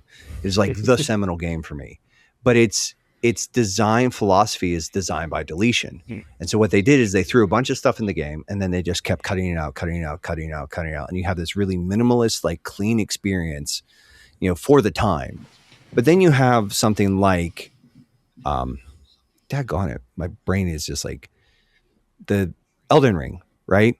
You know, JR, yeah. That one. Not JR, George R. Martin, Yeah, who can't finish a story to save his life. I have theories on why he won't finish. I'm calling you out, George. I think you know what. No, like you're not listening to this, but if you do, you're a coward because you saw how people reacted to your ending and you didn't like that. But George, that is at come at me, bro. But it's possible he caught like a 90s virus trying to write it on MS-DOS. Could be. But then like the thing is like you were talking about how like Miyazaki doesn't do a great job of delivering like the lore and the world building. One of the things that like he doesn't talk about, but I think he actually should, is that part of it, like his design philosophy there is like he's kind of giving the players this experience of like him being a Japanese man playing games in English and sort of like having to piecemeal all the stuff together. Like he brought that in and that's part of the game. That's why like he never comes out and gives you the exposition dump and he has these really like cryptic scenes and all the lore is buried in like item descriptions. It's because like, he's like saying like, like he's like he was intrigued by that process and he wants to share it. And there's something there that people just glom onto. Well, that and the fact that the combat is just excellent. Like, but all that being said, like this one's tough for me. I think like narrative, it's like you said, Mark, it is like the squishiest of the categories. And depending on what you put in there, because if you put like Firewatch in there, I'm just going to make fart noises at that genre. But if you put something like The Last of Us, if you put something like Shadow of the Colossus, if you put something like The Outer Wilds, all of a sudden that becomes like a much different conversation. Because go ahead. And part of this came from like when I was even just like, okay, what is the genre of The Last of Us? I Googled The Last of Us genre, and it was like The Last of Us is an action adventure and narrative driven game. And so I was like, okay, I guess I just like I got to put narrative in here somewhere. And narrative was just the best encapsulating word for all those that came up that way. Yeah, and stuff like that. Here's where I would almost rather, as much as I'm thinking about Soulsborne, and I don't think there's a single Soulsborne game that I would ever want to play outside of the Elden Ring, Dark Souls, Bloodborne. Yeah, if it's not FromSoft, I'm not into it really. So it's not really a genre to me. It's more of a game creator in a series. Like the Neo games don't interest me. Claire Obscura brought some Soulsborne aspects to it. Dead Cells is a roguelike. Hollow Knight, yeah, for sure. But that's just that's like ripping one mechanic, you know. Even Shovel Knight, but still, I struggle with that one personally. But still, narrative just doesn't hold enough for me to fight against it. Well, let's wrap this one up and get into voting. Those who want narrative continue, if you raise your hand. There's none raised. If you want Soulsborne to continue, please raise your hand. And that is all 3. We'll move that forward. All right, then moving on to our last matchup of round 1. We've almost made it, I guess, mostly halfway there. We're going to shorten this up. Number 2 seed is platformer. You know, you get your ones that are character focused, running and jumping to reach the goal. These tend to have more bespoke, smaller levels or at most larger areas. But for examples, you got your Mario Brothers 3, your Super Mario World, your Super Mario 64, your Super Mario Odyssey. Also, Sonic the Hedgehog, Celeste. That is versus number 7 seed Fighting, being much like a match between your theoretically equal opponents in a closed arena, more hand-to-hand and melee versus shooting, but usually on a 2D plane, but not exclusively. But you got your Street Fighter 2, you got your Smash Brothers, you got your Soul Calibur, stuff like that. Nate, what do you think? I hate platformers with a burning passion. Like we've come about this, and it's like it's this thing. It's like, and what I would say is I actually love good platforming, but if that is the only part of your game, like Hollow Knight, I think there's an argument to say Hollow Knight's just a platformer in some ways, but like it is so much more than that too, you know? And I think that like your examples now Super Mario Brothers 3 is like arguably the greatest game of all time. You know, it's like top 3 in just about every top 100 list that matters. It's one of the most influential games of all times. It's a master's class in design, but it's like we've talked about like how genres have stagnated. And I just think like platformers they have a shtick, and there's some that do it really, really well, like Celeste, but I think as a general rule, like they're just kind of like the great ones are great. But that is a genre that has just kind of, I think it hit its heyday, it hit its zenith, and then I don't think there's much left. I could be wrong, but, and it kind of like, it's kind of sad because like, if I'm being honest, I like fighting games, but like this shouldn't even be a competition. Like it shouldn't, but like I just think, like I said, I think platformers are kind of stagnant. I think they're kind of boring, and the good ones are great. But like it's good platforming actually just belongs in great games. don't just make a game that is nothing but jumping. All right, Landry, you gotta respond. Well, I don't think there's too many games out there that are just running and jumping. Yeah. But, I think the platformer is one of the most important genre to video games history. Super Mario Brothers 1985 kind of pulls the video games out of like a recession essentially and launches them into the mainstream with the NES.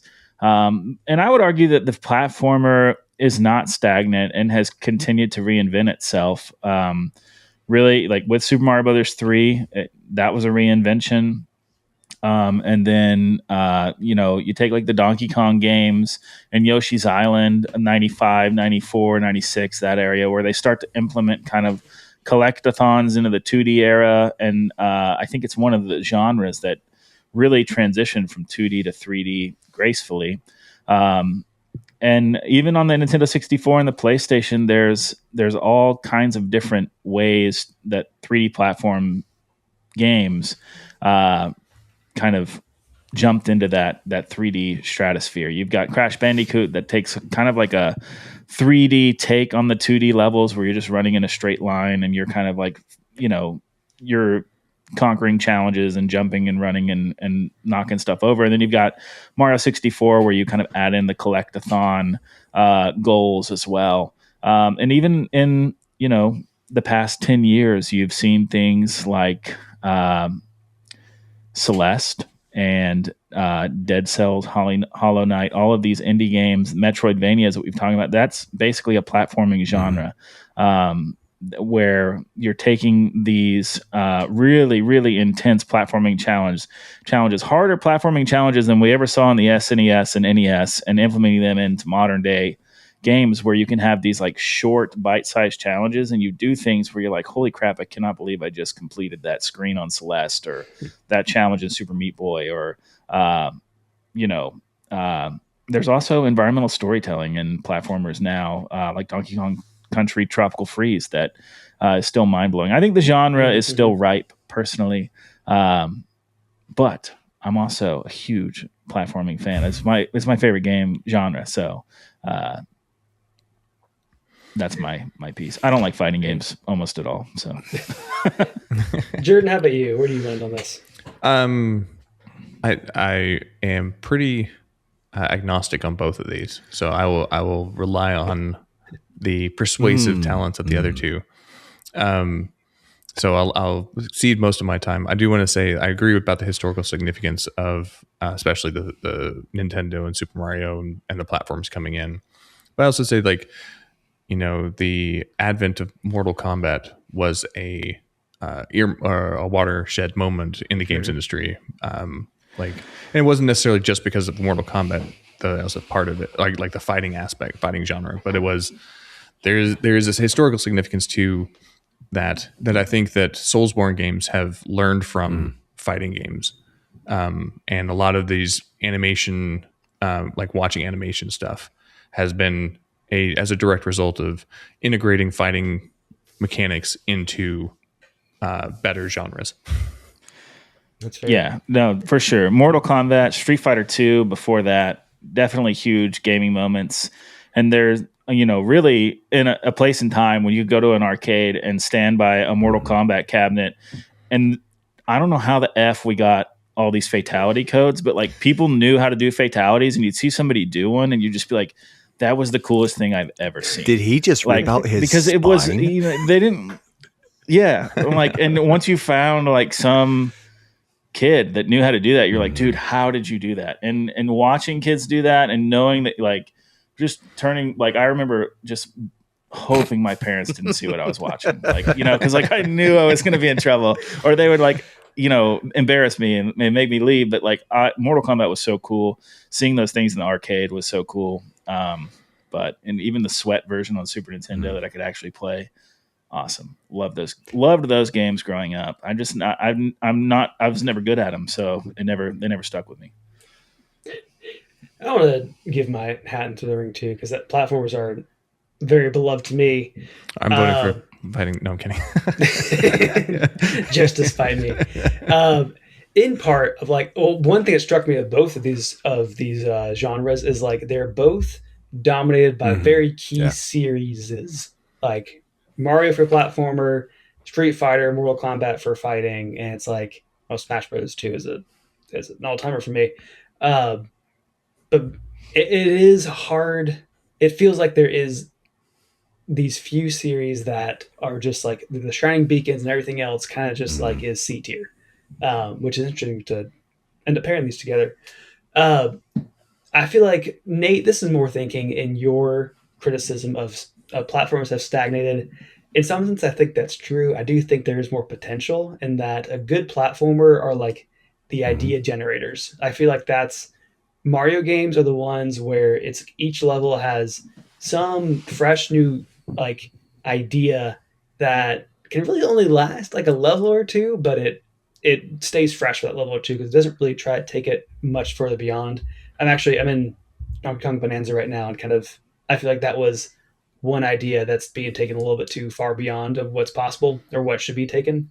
I think I haven't played Astrobot yet, but that's something I hear a lot about it, where you've got this one twist, and if you can have, this is a bad turn of phrase, but if a platform can be a platform for all these ideas, that is you get some of the best gameplay moments out of that.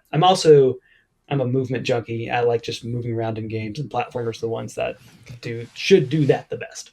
Can we all agree at least that if another genre is going to add platforming in, they can get rid of mantling? I don't know what mantling is. The climbing over like that little edge. I hate like when you get to a thing, your character animates to get up. I hate that. It's just like this little grab, and it just takes me out of the game every time. Is vaulting okay? Vaulting's fun. Vaulting would be fine, but it's like just bring back like spacebar over something. Don't sit there and turn me into a 5-minute or 5-second animation to climb up over something. To be fair, like this one's kind of hard for me because Landry, I like how you said like I like fighting games, but I'm not good at them. I love fighting games, but I'm not good at them. It's like yeah. But I what I would say, and it's like one of these genres gave us Sonic the Hedgehog. The other one did not. And I defy you. It's fighting. Sonic the Fighters. A fighting game gave us Sonic the Hedgehog. No, sir. No, sir. But that's kind of like just a little bit of only the slightest of digs. But no, I Hey, I agree. Yeah. I think Sonic sucks. Like, dude, Mark, and I think that's the point, is that Mario games, like, they are the platformers. Like, the only platformers I play with consistency are Mario games. Everything else, I'm kind of like, no thanks. Like, I'm not interested. I'll play Mario Wonder. I did play Astrobot, and it was pretty good. It wasn't good enough for, like, my wife got the platinum because she loved it. But for me, I was like, and I just kind of grunted at it. And I was like, I'm not interested. But yeah, I just think like it's one of those things that a lot of times like, and that's where it's like, yeah, like, so it is like the high watermark are the Mario games for me every single time. Like I'll play, like I'm playing Mario Wonder. It's like, I'll probably play the new 3D Mario, right? But outside of that, I'm not touching any of it. Like, I'm just like, I just kind of like look at it and growl. I think Rayman Legends is a really good platformer in the past 15 years that instead of taking that concept like Mario does of fleshing out a mechanic through one level, they do it where it's through one world. And they innovate on it and continue to capitalize on like what makes it cool and good throughout each world. That game's awesome. There are some high water marks. I think Donkey Kong Country series has always been good. Rayman, Crash Bandicoot is good. It's just too hard. And Mario. I think there's some other ones too. Celeste. I get it. There's not as many. That's fair. I think the same is for fighting too. Like there's Street Fighter, Mortal Kombat, Soul Calibur is a really good one. Tekken. Sure. All right, let's move into voting here for platforms moving forward. Please raise your hand. as 2 No, versus fighting. No, it was 3. Wait, Nate, did you voted for platforms, okay. even though I didn't want to. Wow. You're a good man. You're a good man. What a how big of you. Well done. He's just doing this to stab us in the back later. That's true. He'll get us. All right. Well, we will move into round 2 of our next 4 matchups with our Elite 8. And we're back. Oh, very nice. It's a good call out to another show. It's probably fine. Welcome back to round 2. Moving now into our Elite 8, and we'll circle back around. We've been running pretty long, but we've talked about all these already, so we can start firing these out. I'll try to doing my best to keep us tidy, but we're going to circle back. We have now reached back to action and adventure, which are number 1 seed on the left side, versus strategy tactics, which are number 5 seed. How about each person? How about you give an opinion on where you land on this, and we'll keep trucking, and we'll start with Landry. For action, adventure, and strategy tactics, is that what you said we're starting with? Yes. Mm-hmm. I would definitely go action adventure here. I don't think it's particularly close. I love strategy games. I love tactics games. They're great. But action adventure, I feel like it's just one of those genres that's been chugging along since the beginning of video games and has, it's hit pinnacles that maybe no other genre has. So I'm going action adventure. Very nice. Okay, Nate, how about you? Yeah, I don't have too much to add to that. I think action adventure, like tactics, I think, while in some ways, what I love in a tactics game is setting off sort of that chain of events where it's like, XCOM was great for it. Like you do the Overwatch thing. Like I'd love to watch all the dominoes fall, right? But those games are few and far between where it's like to really action adventure is just kind of like it's in the bag fairly easily. So well, we could nearly vote and have this done, but Jordan, how do you feel about this? I love strategy and tactics games.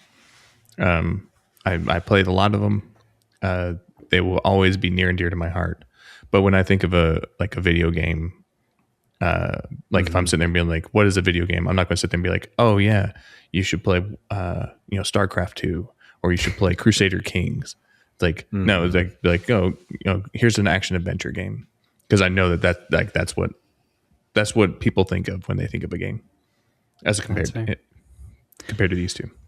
I'm inclined to agree with all of that. My first foray into strategy has really been Pikmin, and that's a very pretty light strategy. But action adventure feels like this is it's number 1 seed for a reason. It's like the pinnacle of video games almost, or maybe we'll find out. So all those in favor of action adventure, if you please raise your hand. And that is 1, 2, 3. Even action though adventure. Pikmin is goated. That's true. Pikmin was a ton of fun. Next up, we have on our matchup number 6 seed horror versus number 2 seed shooter. Let's go back up the other way. Jordan, how are you feeling about this one? I'm going to go with shooter on this one. I think that the main mechanic and genre of 90% of horror games is shooter, or not 90%, but 50, 60% of horror games. And if they're not, then they're walking simulators with horror elements, which I think can be a lot of fun. But it's going to have to be shooters for me in terms of the impact, the importance of the mechanic of how you interact with the world. That's good. All right, Nate, how are you feeling? Same. As much as it pains me because I just prefer horror as a genre when it comes to games. I just think it's kind of like the foundational issue is it's like Jordan said, 60% of horror games are just shooters to some extent. And and it is one of the foundational ways that we interact with games. It's been there from the get-go, and it's always a good shooter. It's just a good time. That's fair. Landry, how do you feel? Yeah, I am my personal taste, I'm probably more likely to play a horror game than a shooter. But I think Jordan made a good point. Most of those horror games are shooters in some way, shape, form, or fashion. So, but also just, historical significance. Definitely going shooter here. Well, very nice. All right. All those in favor of shooter, please throw your hands up. Very nice. Shooter moves on. Horror, we knew you a little bit, but not for that much longer. Good night, sweet prince. Good night. You had a one good upset game. Well done. Moving over to our right side, we now have number 1 seed JRPG versus number 5 seed Metroidvania. Nate, we'll toss it to you. Where are you feeling here? JRPGs are going to take this. Like, I love a good Metroidvania, but I would just... Not if I have something to say about it. Yeah, keep going. You don't. So just keep running at the host. You're just the host, pal. You have no power here. But clearly. Yeah, I mean, to me, it's like I love a good Metroidvania, but you come back to it's like, and the high watermark Metroidvanias are really important, like Super Metroid and Castlevania and Hollow Knight. But like, dude, Final Fantasy IV, Final Fantasy VI, Chrono Trigger, Clair Obscur, Persona 5, Persona 3, Xenoblade Chronicles 3. Like, if we're adding CRPGs in there, you have all the Baldur's Gate, like the KOTOR, the Dragon Age series. Turn-based RPGs are, I think, arguably one of the most important, or one of the most prominent, I don't know if most important, but one of the most prominent ways people have engaged with video games. And like that, they're just like, I think, you can come up with a handful of really seminal, really important Metroidvanias, and there's the list of really important JRPGs, turn-based RPGs, dozens. Like, well, you said that, but I almost took a nap in the list you were giving there. Well, that's because you're boring. Like, listen, there's a reason that were you raised on TikTok, Mark? There's a reason that I was wondering if you were raised on TikTok. Oh no, your attention span is. I was raised on Mario. That's about it. This is what I'm gonna like. My closing sort of like statement is that JRPGs. There's a reason there's almost always at least one in the VGAs, because it is like, and while it's not the best storytelling, they do tend to be the most narratively like relatable, like, and one of the best vehicles for narrative. And so I just, like I said, this one, it's going to be JRPGs hands down for me. All right. Jordan, how are you feeling? The things I've heard. Oh, sorry. Go ahead, Landry. I want to hear your thought. One of the things I've heard Mark say, and I think this is a valid criticism to an extent, even though I don't agree with it, is that if I'm going to play an RPG, I'd rather just read a book. And I do think that somewhere along the line, I would have liked to have seen RPGs or JRPGs kind of get better in their narrative storytelling, in their writing. Because growing up with games like Chrono Trigger that hit such really cool, and Final Fantasy VI, such great narrative marks, I don't know that they've been capitalized on or like pushed forward from that level. I hear Claire, what is it called? Claire Obscur Expedition 33. Okay. Mm-hmm. Crazy name. I'm interested because the concept sounds really cool. And I'm not saying that I think maybe Western RPGs and CRPGs have kind of taken the mantle in storytelling from JRPGs. All that said, I love Metroidvanias. I'm definitely more of a Metroidvania player. But I think as far as importance and significance to the video game genre or video game medium, RPGs for sure. All right, Jordan, how are you feeling?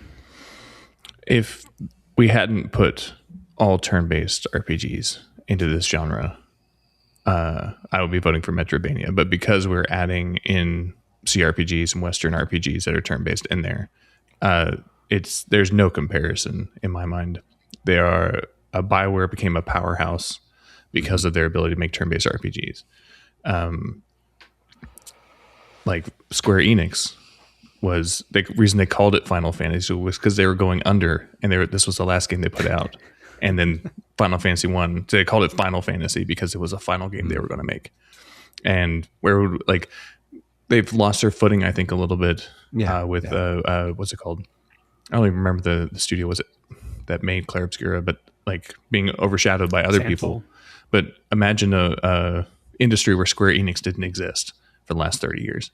Like it's crazy to me. Don't tempt me with a good time. You shut your mouth.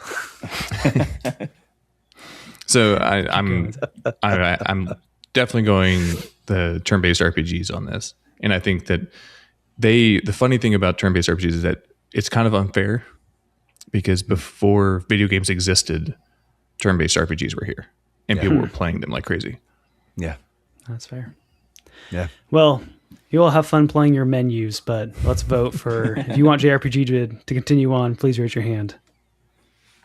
That's all three of you. That's no surprise there. Just to Mark, I do want to sort of like acknowledge like your struggle there, and I think like the fact is like it is a fairly in some ways a very this is a safe place. This is a safe place. Yes, you're safe here, even though you're wrong. You're allowed to be wrong, but it is a pretty safely wrong. Non-interactive. Like you're right. A lot of times it is like menus, and I think like some of the best turn-based RPGs I think actually do like one of the really interesting things about Expedition 33 is that it is much more interactive. And Landry, you kind of leveled the criticism. Yeah, I do think JRPGs that are just turn-based RPGs, they're heavy-handed with the narrative. But I think that's just an industry problem in general.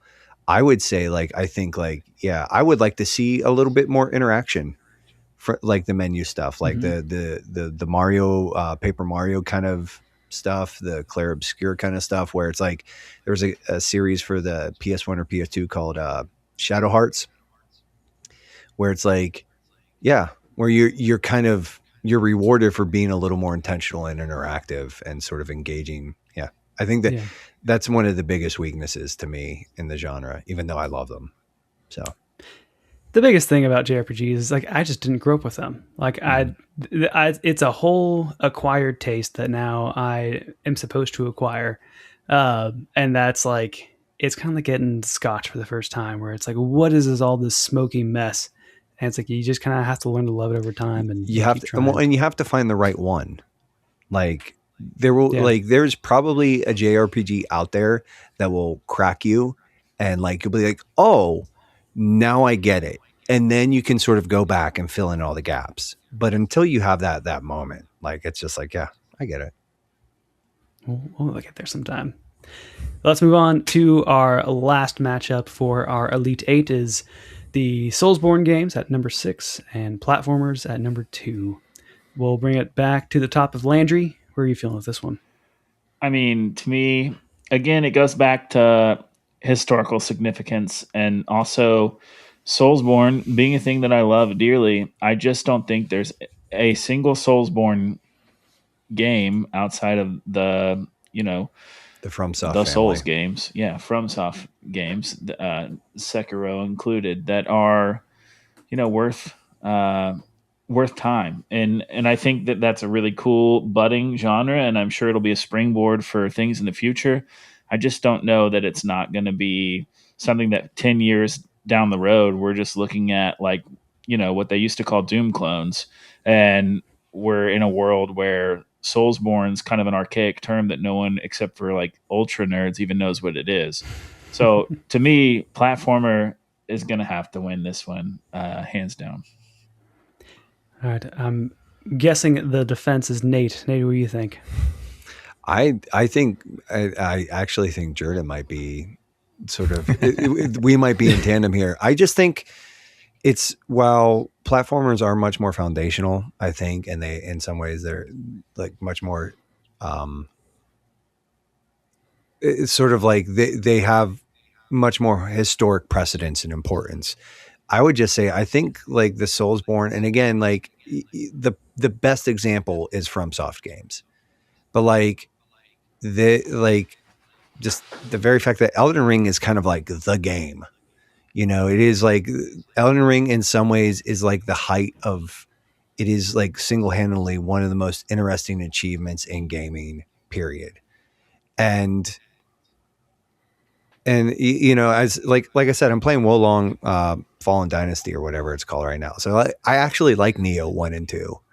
I played the original Lords of the Fallen. Like I'm a bit of a mark for these games, and I just think like there's something very compelling in that loop. These are really interesting worlds. I'm kind of going to give it to the Soulsborne. And while Landry, you're right, it's like FromSoft is the best. I think I kind of fall back to this sort of like the reality is like,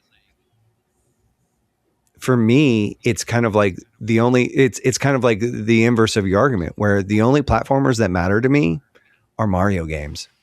Like, and it's kind of like, so yeah, that's kind of like, that's kind of my argument that for why I'm probably going to lean towards Soulsborne. All right, Jordan, where are you feeling now? Definitely on Soulsborne. And I understand the historical significance of platforms and the integration of platforming and all the design that went into it into modern games.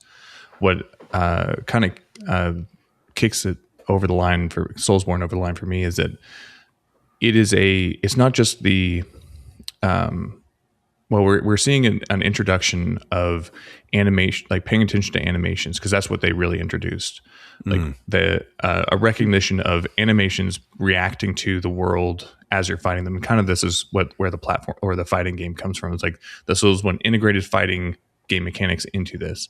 And now broader genres are integrating Soulsborne mechanics into their own thing. No Rest for the Wicked is basically Diablo with Soulsborne mechanics.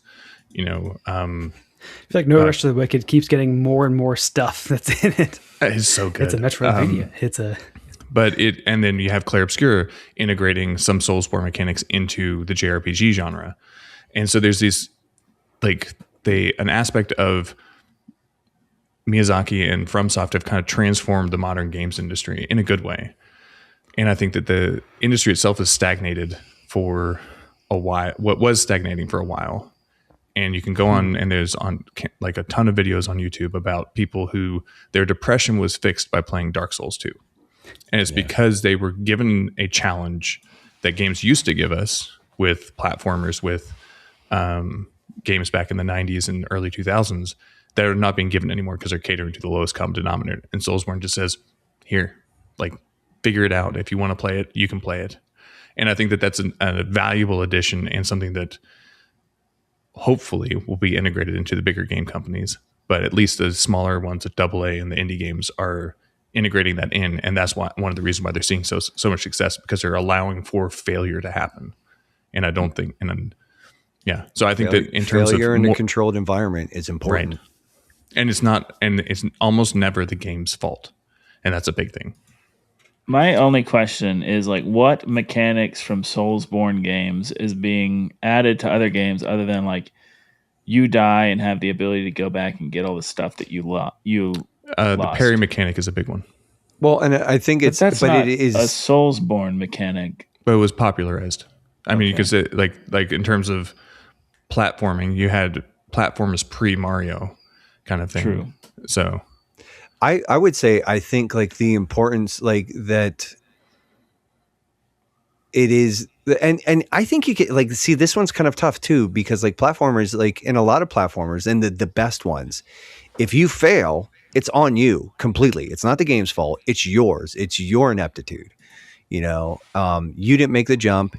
You failed to, like, failure to launch kind of stuff. I just think that, like, it is one of those things, like, for me, like, I just, like I said, it's, this one's actually kind of split down the middle for me, like, in a way, because it's like, I actually see a lot of parallels between the two. I think platformers pushed the genre forward. They carried video games for years and years and years. And I actually think that the Soulsborne genre, if we want to call it that, is actually sort of like the next wave, where I think, like, it's like, so the big thing, like the parry mechanic in Clair Obscur, that's pretty much ripped out, like that window and the dodge, that's ripped out of a lot of the Soulsborne type design, where it's just like, it's very, very punishing. If you do not master the system, if you do not engage with it, the game will just crack you open and just like, turn you into a puppet. But it's, yeah. So I do think it's kind of interesting. Like I'm sitting back here and thinking now, like, yeah, I don't know. Maybe I'm just chaos. I'm trying to, I'm just going through the rubric here, and I feel like platformers have to take down 3 of these questions. Like, which genre has a greater quality and notability of games that firmly fit it? Notable quality, I feel like platformers do, but I really do. I understand Nate's argument. It's the Souls and Miyazaki games and FromSoft games versus Mario. Even still, Mario's got a long legacy of that. Which genres elements are implemented into a mix? I think Soulsborne mechanics hit every time they're implemented into a game. I really do. But I think platforming is in so many different things and in so many different games. And every 2D game you basically ever play, it's there. And in a lot of 3D games. It's a fun part of a lot of 3D games too. Historical significance, it's not even close. Greater potential within video games. You guys seem to think there's a lot of potential with the Soulsborne.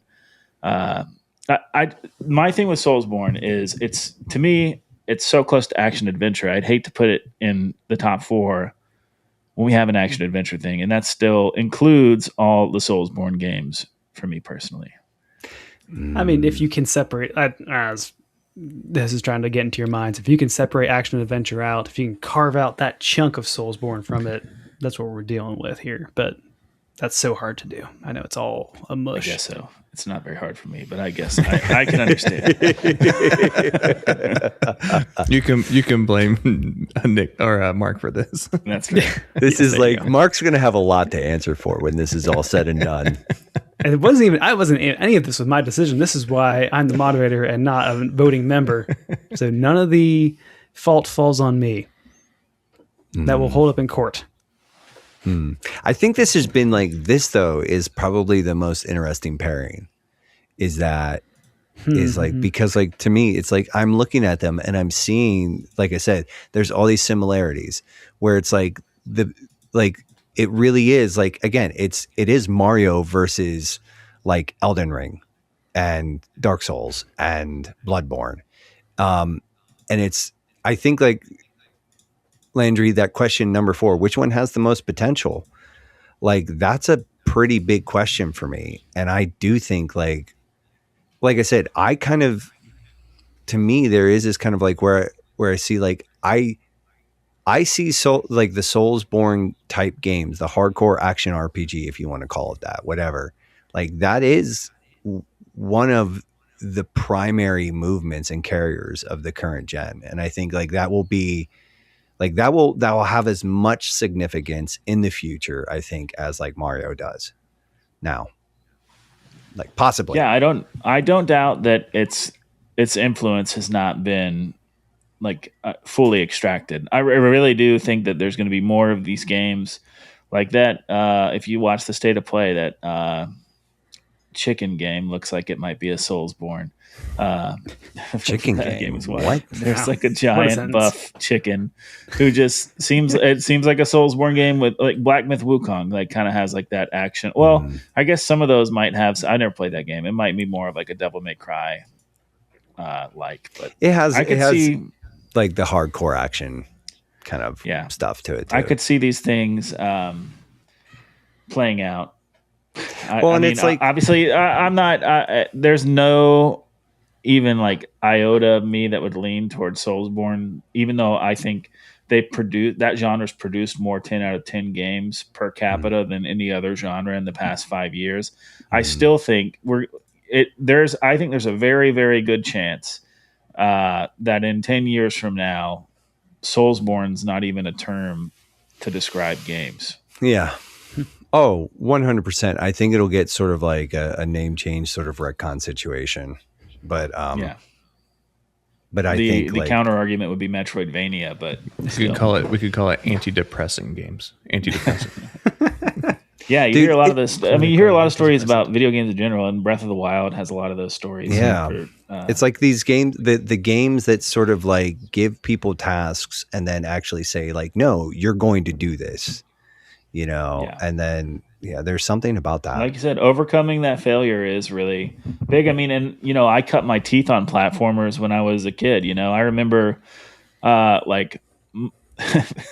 I was telling my 7-year-old about this because he was crying while he was playing Smash Brothers because he couldn't beat like a computer or something. And I was just talking to him like, I remember when I was 7 playing Donkey Kong Country in my parents' bedroom because that's where they kept the Nintendo so they could like keep an eye on us and like just breaking down because I couldn't beat King K. Rool. And I had to like turn it in to the rental before the end of the weekend. But it's just these things can really shape you. Those challenges can shape you. Overcoming them is a really cool thing. I think like you said, Nate, these genres, you wouldn't think it, but they have a lot in common. Because even Odyssey, man, there's you don't lose lives anymore, but there's some real challenge at the end of these games. Astrobot, all these modern platformers. Dude, that last level of Astrobot is insane. It is insane. I took one look at that, like the master level or whatever. I took one look at that and I was like, no, thank you. Like your wife got the platinum, so get mad gamer cred. That's incredible. Dude, she's like, when she wants to, she goes hard in the paint, man. Nice. All right. Well, this has been a good discussion around this, and was the hope for this whole episode was like you get these cool discussions around comparing the two, and but let's keep it moving. So, if you think Soulsborne should move forward, would you please raise your hand? That is Jordan and Nate. If you think platformers should move forward, I don't even want to put my hand in the air. So disappointed. I'm taking my genre and going home. You refuse. Here's the deal. I didn't lose because I didn't vote. That's exactly right. What went wrong here is Parker had to go to bed. Parker would have gone with us. Yes, then we would have had a nice Final Four that makes sense. I don't know, man. I think Jordan and I laid down some fairly compelling arguments here. I'm just saying. I'm just throwing it out. It just didn't change Landry's mind. Just didn't change Landry's mind. I think we would have brought Parker to the dark side. No, you couldn't. There is absolutely no way he would have not voted platform. I don't know much about Parker, but he was part of a Nintendo YouTube channel for a long time, so I think he has to go with his gut there. That's what I'm leaning on right there. Probably. So our final four here is action adventure versus shooter and JRPG versus Soulsborne. We'll start here with action adventure versus shooter. That's our number 1, number 2 seed. Jordan, let's start with you. How are you feeling this one? This one's a very tough one for me because I played some. Oh man, there are shooters that I love to play, and there are action adventures I love to play. And so basically, and I see the quality, notability. Basically, 1 through 4, the rubric is neck and neck for me, and it's going to. It comes down to is like which one would I rather play, and honestly, it depends. Like there are action adventure games I'm like, oh, I'm really excited to play this game. And then there are shooters, like I spent last month playing Arc Raiders, which is a phenomenal game. It's like, but I would like pick any action adventure over like a Call of Duty. Like I don't get into PvP shooters the way I used to. And so I'm at a loss here. I'm probably going to lean action adventure just because I love that style a little bit, just a little bit more. But if someone's like, would you rather play, BioShock versus God of War? I'm going to choose BioShock. So it's like, it's one of those weird ones, but I'm probably leaning action adventure. Fair enough. Nate, how you feel? Yeah. I don't know, man. This one's kind of tough too. Like, like what Jordan was saying, it's like, it just on any given moment, it depends on the matchup. I think broadly speaking, action adventure might take it, but like the reality is I do come back to it is like, and this, like, I was not a guy who was big into shooters for a long, long time. Like the Medal of Honors and stuff like that. Like I remember my little brother playing those, and like he played COD religiously for years. Would get the new one every time it came out. And it just never hit with me. And then, I played BioShock, and that kind of changed things. I played Dead Space, and that kind of changed things. And now, like I said, and again, I know it makes me a bad person. I know it does. But like Destiny 2 is like one of my favorite. It is like ultimate popcorn game for me. And I'll just get in there and just like shoot alien scum until I'm like, all the dopamine is just coursing through my veins. I just like, this one's tough, man. I'm kind of hoping Landry has like, something here to like just, have an opinion, Landry. I definitely have an opinion on this one. It's tough because like, I think like I'm probably going to go action adventure because I think like, I don't know. I just don't know here. For me, I think it's action adventure. And that's probably not a shocker. If you know me, I'm not a huge shooter fan, but like basically what it comes down to for me, because I do love narrative driven video games. I love video games as art. Like I try and push that conversation forward. And I think action adventure games, fair or not, has just basically taken that mantle farther to date. I'm thinking of BioShock and Half-Life 2 and Half-Life, and those are like groundbreaking shooter experiences when I played them. Portal as well. But then I think of action adventure and, Breath of the Wild, like one of the most impactful games I've ever played. And then you've got things like The Last of Us and Uncharted 2 and Red Dead Redemption 2. It could be shooters though. Yeah, I mean, yes, they have those mechanics, but they're still, I think, action adventure is where I would put them. Yeah, and it's like sort of even like I know we put like Mark put Shadow of the Colossus in narrative, but it really is just an action adventure game, and I think like that kind of actually seals the deal for me. I think right there is like where I think in some ways like the shooter is. In some ways, like those games, especially like good shooters, just feel a little more satisfying at times. Like it's more of like the dopamine, just sort of like it's a little more immersive. Yeah. But action adventure, I think, just like overall, like it has really carried the mantle of gaming further, and it's like, especially in the games as our conversation, Landry, like as a general rule, with a few exceptions. Like those tend to be the action adventure type games. I think where I'm even thinking about too as a non-voting member, but action adventure just has more variety. Even action in a way of like shooters being, it's kind of remarkable of how popular the shooter genre is for being centered around like gun go pew. And like that's the core basis of a large section of the industry is pretty impressive, but I think ultimately it's action adventure. Part of it is because like this is just a ballooned genre that's like hard to really kind of like I had to carve out chunks of action adventure to make it fair. And even then there's still a ton of variety here. So with that, let us vote for if you think action adventure should move forward. Please raise your hand. That is a 3-0. So action adventure continues. It's close on my mind. That's fair. Yeah, it's a coin flip any day of the week for me. I think shooter definitely deserved to be in the final four. Yeah, that's fair. And on the other side of the final four, we have JRPG versus Soulsborne. I forgot who we started with, so Nate, we're starting with you. Jordan. I'll go first. Jordan, so, go. Again, if we're just talking about JRPGs, the way I have looked at Soulsborne is I actually see them as the evolution of what JRPGs were in the 90s and early 2000s. 100%.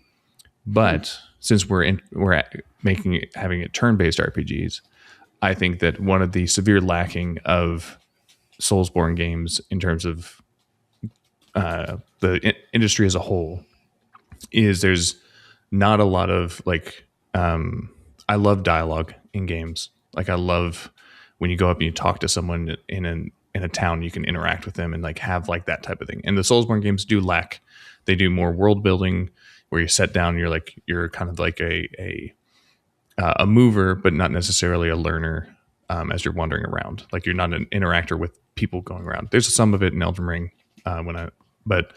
so I'm going to be leaning on the side of turn-based RPGs in terms of genre, and I think that they will probably start integrating. They'll be like Clair Obscura did. I think Western RPGs will start integrating Soulsborne mechanics and things like that into them, and basically we'll end up with this one giant game that is all of these genres put together, and that will be the pinnacle of gaming. And they'll call it Fortnite. Please, Nate. This is a joke. Nate, how about you? How are you feeling? Well, very sad now that you made that joke. That really, that did something to me. And they'll call it Roblox. Like I threw up in my mouth a little bit. No, it's one of those things. Like I think it's a little easier for me just because like I do sort of hang out in JRPG space a lot more. So yeah, it's kind of I don't know. Yeah, I would just I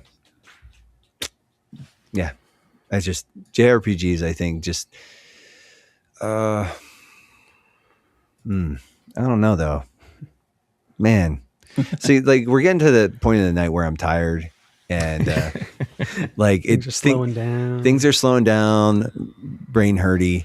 Kind of some of it too, as I'm thinking about this, is just looking at potential and everything else, and it's kind of like.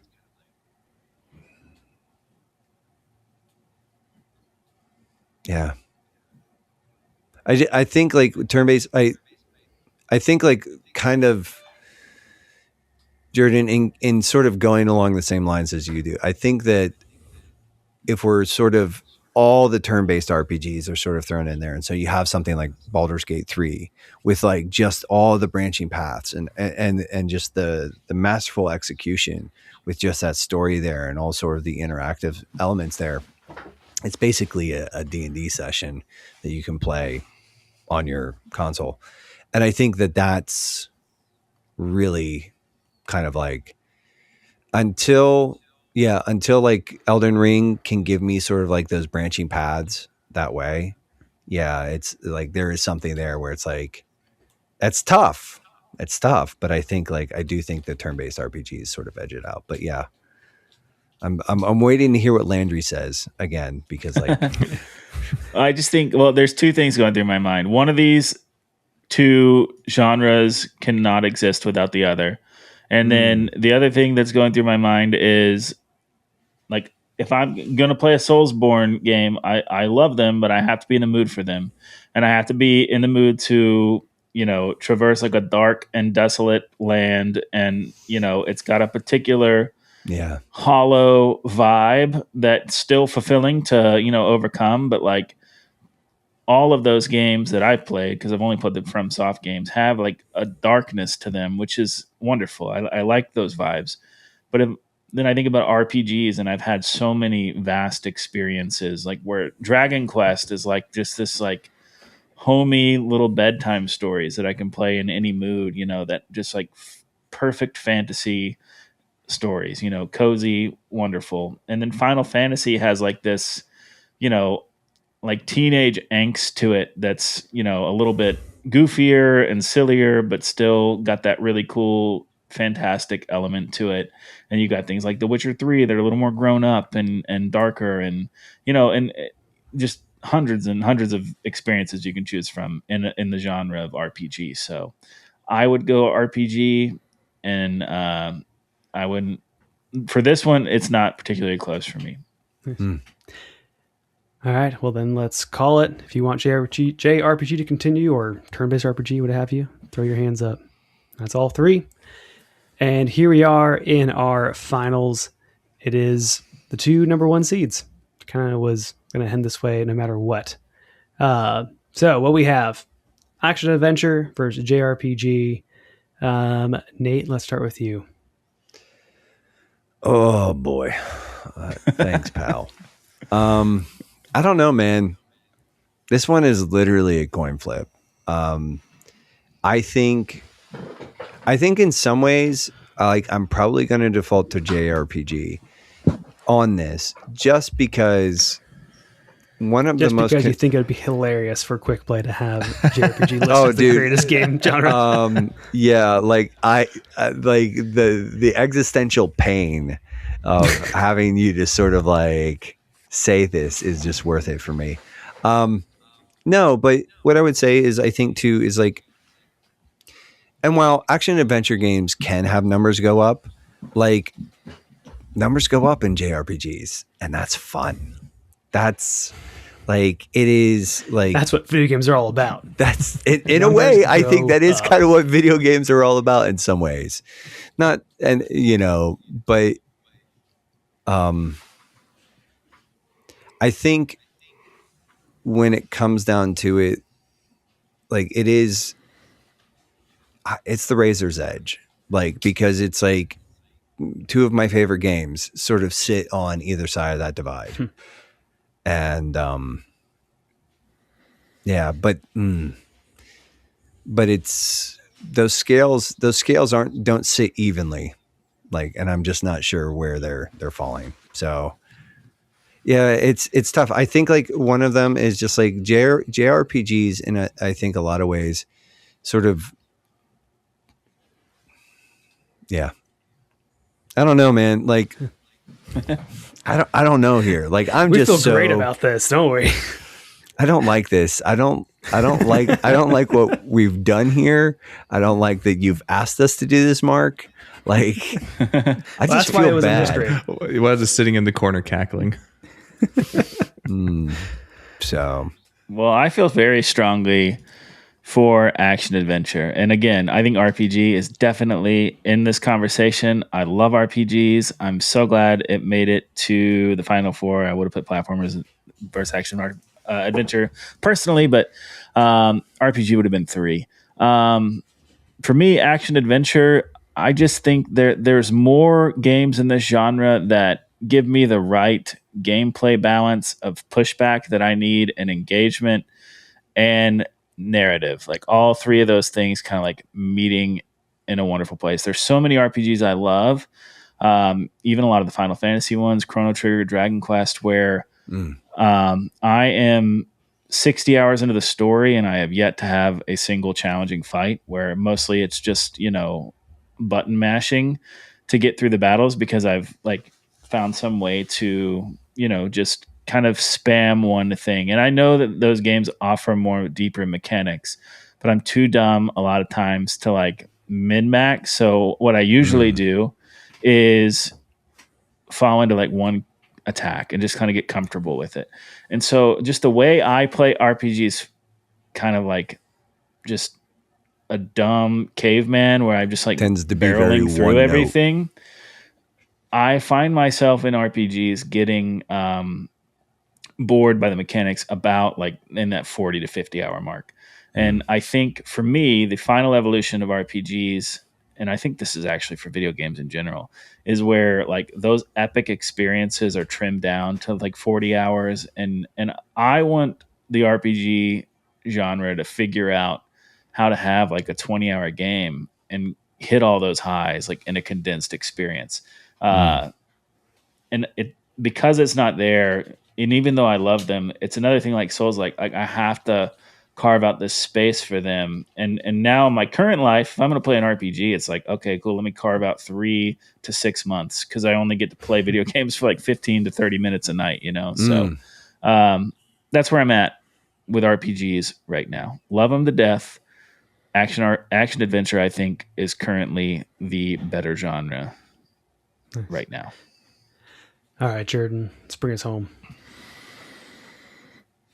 Similar to action adventure and shooter, I feel like it's going to come down to personal preference for me. And it's like, and what I've experienced over the years is, I will often have this like longing, this wistfulness to be like, oh, I want to go play another turn-based RPG. And it's like, and it's just like, and I have this feeling, it's like, and I don't have a lot of time to do it, but I'm just like, but I would love to play one of these like epic storylines. I can get into it. I can dive into it. Action adventure, I don't have that pull the same way. When it's like, so I'll sit there and be like, every now and then just be like, oh man, I just want to go and like I really want to play one of these turn-based RPGs. And I don't necessarily play it every time when I sit down, but I still have that there's this pull here that I can feel that I want to go play this, which makes the genre, the turn-based RPG genre, so much more impactful to me. Man. All right. Well, it comes down to voting. For action adventure, please raise your hand. Landry and Nate. Wow, Nate, you seem like you flip-flopped. What happened to you? I was thinking about it, and it's like I definitely sort of default to the JRPGs, but as Landry was talking about it, and as I was thinking about it, I think it comes back to the games as art stuff.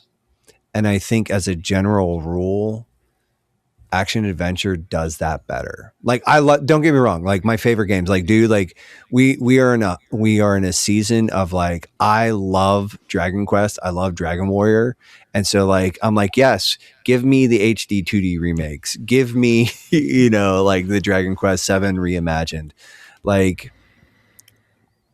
but like I think it comes back to like those high watermarks for me, where it's like Shadow of the Colossus is just such a pivotal game for me. Like Dragon Warrior set me on the path, right? But Shadow of the Colossus sort of like was semi-transcendent for me the first time I played that, where it's like, and I think that I love JRPGs, and if you hold a gun to my head, the more like I sat back here and I'm just listening to it and I'm thinking about that. If you hold a gun to my head, I'm just like, I kind of think it has to be action adventure for me. Like I wasn't sure what I was going to do. I wasn't sure what I was going to do. So. Well, this was a huge relief. So that was what a twist at the end here. For the just to round out here. No, for the all thing is, I JRPG. did want you to have to say it. Like I deeply wanted you to have to say it. But for the next like big one, can we have like all vote on a game that Mark has to play and finish? Yes, I think you have to pay money for that one.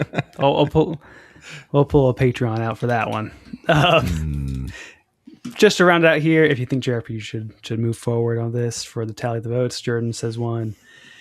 Action adventure still has become our greatest game genre ever.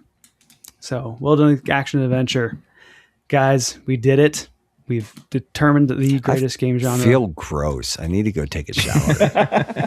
Every time I get a dumb idea, it's something that feels compromising and not quite exactly what you hoped for, but still, we did it. We did it. Yay! We did it. So our time here is short. Guys, if you'll humor me for 5 more minutes, I have one more bracket to do. There's no deliberation, just voting. We are doing lightning round. We are determining what is the game of the decade. Because it just so happens, I have 16 game of the decades we've done, and I've narrowed them down into, they kind of neatly come into Eastern and Western conferences of developers. I've just opened up a new tab in that Google Sheet. It's up there for you now. And then what we're going to do is you are in a line of Landry, Nate, and Jordan. I'm going to call out the matchups. You're in that line. You're going to say what you vote for, and we're going to knock this out immediately. No talking, just names. Here we go. Just to start with the full list of names, action games, and I seeded these by combining Metacritic and OpenCritic scores together. In the Western Conference is Baldur's Gate 3, Hades, Last of Us Part 2, Clair Obscur Expedition 33, Destiny 2 The Final Shape, Lethal Company, Death's Door, and Inscription. Over in the Eastern Conference is Elden Ring, Zelda Tears of the Kingdom, Resident Evil 4 Remake, Hollow Knight Silksong. That is technically a Western developer, but they're Australia, and I needed one more, so geographically they're Eastern. Animal Crossing New Horizons, Xenoblade Chronicles 3, Hi-Fi Rush, and Legend of Heroes Trails from Zero. Starting with Baldur's Gate 3 versus Inscription. Landry. Baldur's Gate. Nate. Baldur's Gate. Jordan. Baldur's Gate. Baldur's Gate. Next up, Clair Obscura versus Destiny 2, The Final Shape. Landry? Destiny 2. Nate? Destiny 2. Jordan? Probably hate this. Clair Obscura. That felt so gross. I don't like that. Destiny 2 moves forward. Next up, Last of Us 2 versus Lethal Company. Landry? Last of Us 2. Nate? Last of Us 2. Jordan? Lethal Company. That one was yours. Is that yours, Jordan? Okay, I'll have to Google that later. I don't know what that is. That one doesn't actually have Metacritic Open Critic score, so I had to kind of like fudge it of where it would fit in our matchups. But Hades versus Death's Door. Landry? Hades. Nate? Hades. Jordan? Hades. Hades it is. All right, moving to the Eastern Conference. Elden Ring versus Legends of Heroes Trails from Zero. Landry? Elden Ring. Nate? Elden Ring. Jordan? Elden Ring. Easy enough. Then it's Silk Song versus Animal Crossing New Horizons. Landry? Oh, man. If that was Hollow Knight, I'd feel differently, but Animal Crossing. Nate? I'm going to go Silk Song. And Jordan? I'll go Silk Song as well. Silk Song it is. Next up, Resident Evil 4 Remake versus Xenoblade Chronicles 3. Landry? Remake. Nate? Remake. Jordan? Resident Evil. There you go. And then we have Zelda Tears of the Kingdom versus Hi-Fi Rush. Landry? Tears of the Kingdom. Nate? Probably Tears of the Kingdom. And Jordan? Tears of the Kingdom. Tears of the Kingdom it is. All right, moving back around to round 2, Baldur's Gate versus Destiny 2. Landry? Baldur's Gate. Nate? Baldur's Gate. Wow, okay. Jordan? Baldur's Gate. Good on you, Nate. You Listen. suppress the man inside you. There's two wolves. All right, next is Last of Us 2 versus Hades. Landry? Last of Us 2. Nate? I'm going to go Hades.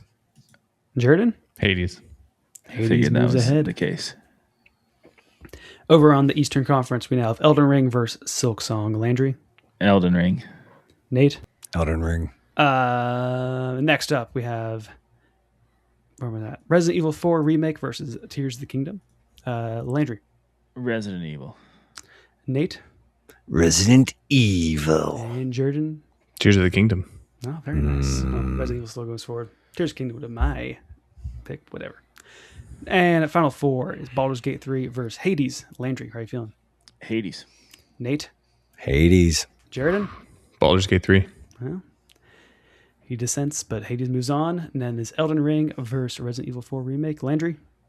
Resident Evil. Wow, Nate? Elden Ring. Wow, Jordan? Elden Ring. Elden Ring moves on. Our final matchup, Hades versus Elden Ring. Landry? Elden Ring. Elden Ring. Nate? Hades. Jordan? Elden Ring. Elden Ring is it. I had to vote for Hades because it was mine. That's fair enough. All right. Well, we did that. Thank you for humoring me in that one little project at the end. Elden Ring, I think, probably was going to be the one. So it's nice to see it happen there. All righty. Let's wrap up here. We already did what you're playing. Here's now where we go through. Thank you all for joining me. Thank you for taking a really long time doing this and for this stupid project. This was some good conversations. I appreciate you all. It was fun. This is also episode 150, so thank you for being here for the milestone. Hey. Yay! Yeah, we Good did job. it. All right, guys, where else are you out on the internet? Landry, we'll start with you. Where can we find you? Yeah, we got the Big Cast podcast. We should have an episode coming out in a week or two. That's me and Jake Martin. And also have a film podcast called Blast of the Past podcast. And we will be doing season 2. We're recording now, so it should be coming out in the next month or so. Nice. Very cool. Nate, how about you? And all the socials, I am Nate_McKeever. Pretty much, I'm mostly a lurker. I delete all of my tweets before I publish them just because I'm like, I don't want to get in trouble. The Backlog Breakdown Discord, the Backlog Breakdown podcast. We're on YouTube. We're on all the things. It's bi-weekly for main episodes, and then in the off weeks we do bite-sized. content. So there you go. Very nice. And Jordan, where can people find you? Basically, only on Twitter. I'm at Real Jarnod. I don't delete my tweets. He does not delete his tweets. And I kind of love that energy. I don't delete my tweets, but I will be taking a fast off social media for Lent. So don't expect any tweets for a while. There you go. Nice. Well, thank you guys for being here. Thank you all for listening in. You can follow us on the major podcasting services or on YouTube. You can press all the good buttons there if you enjoyed the conversation.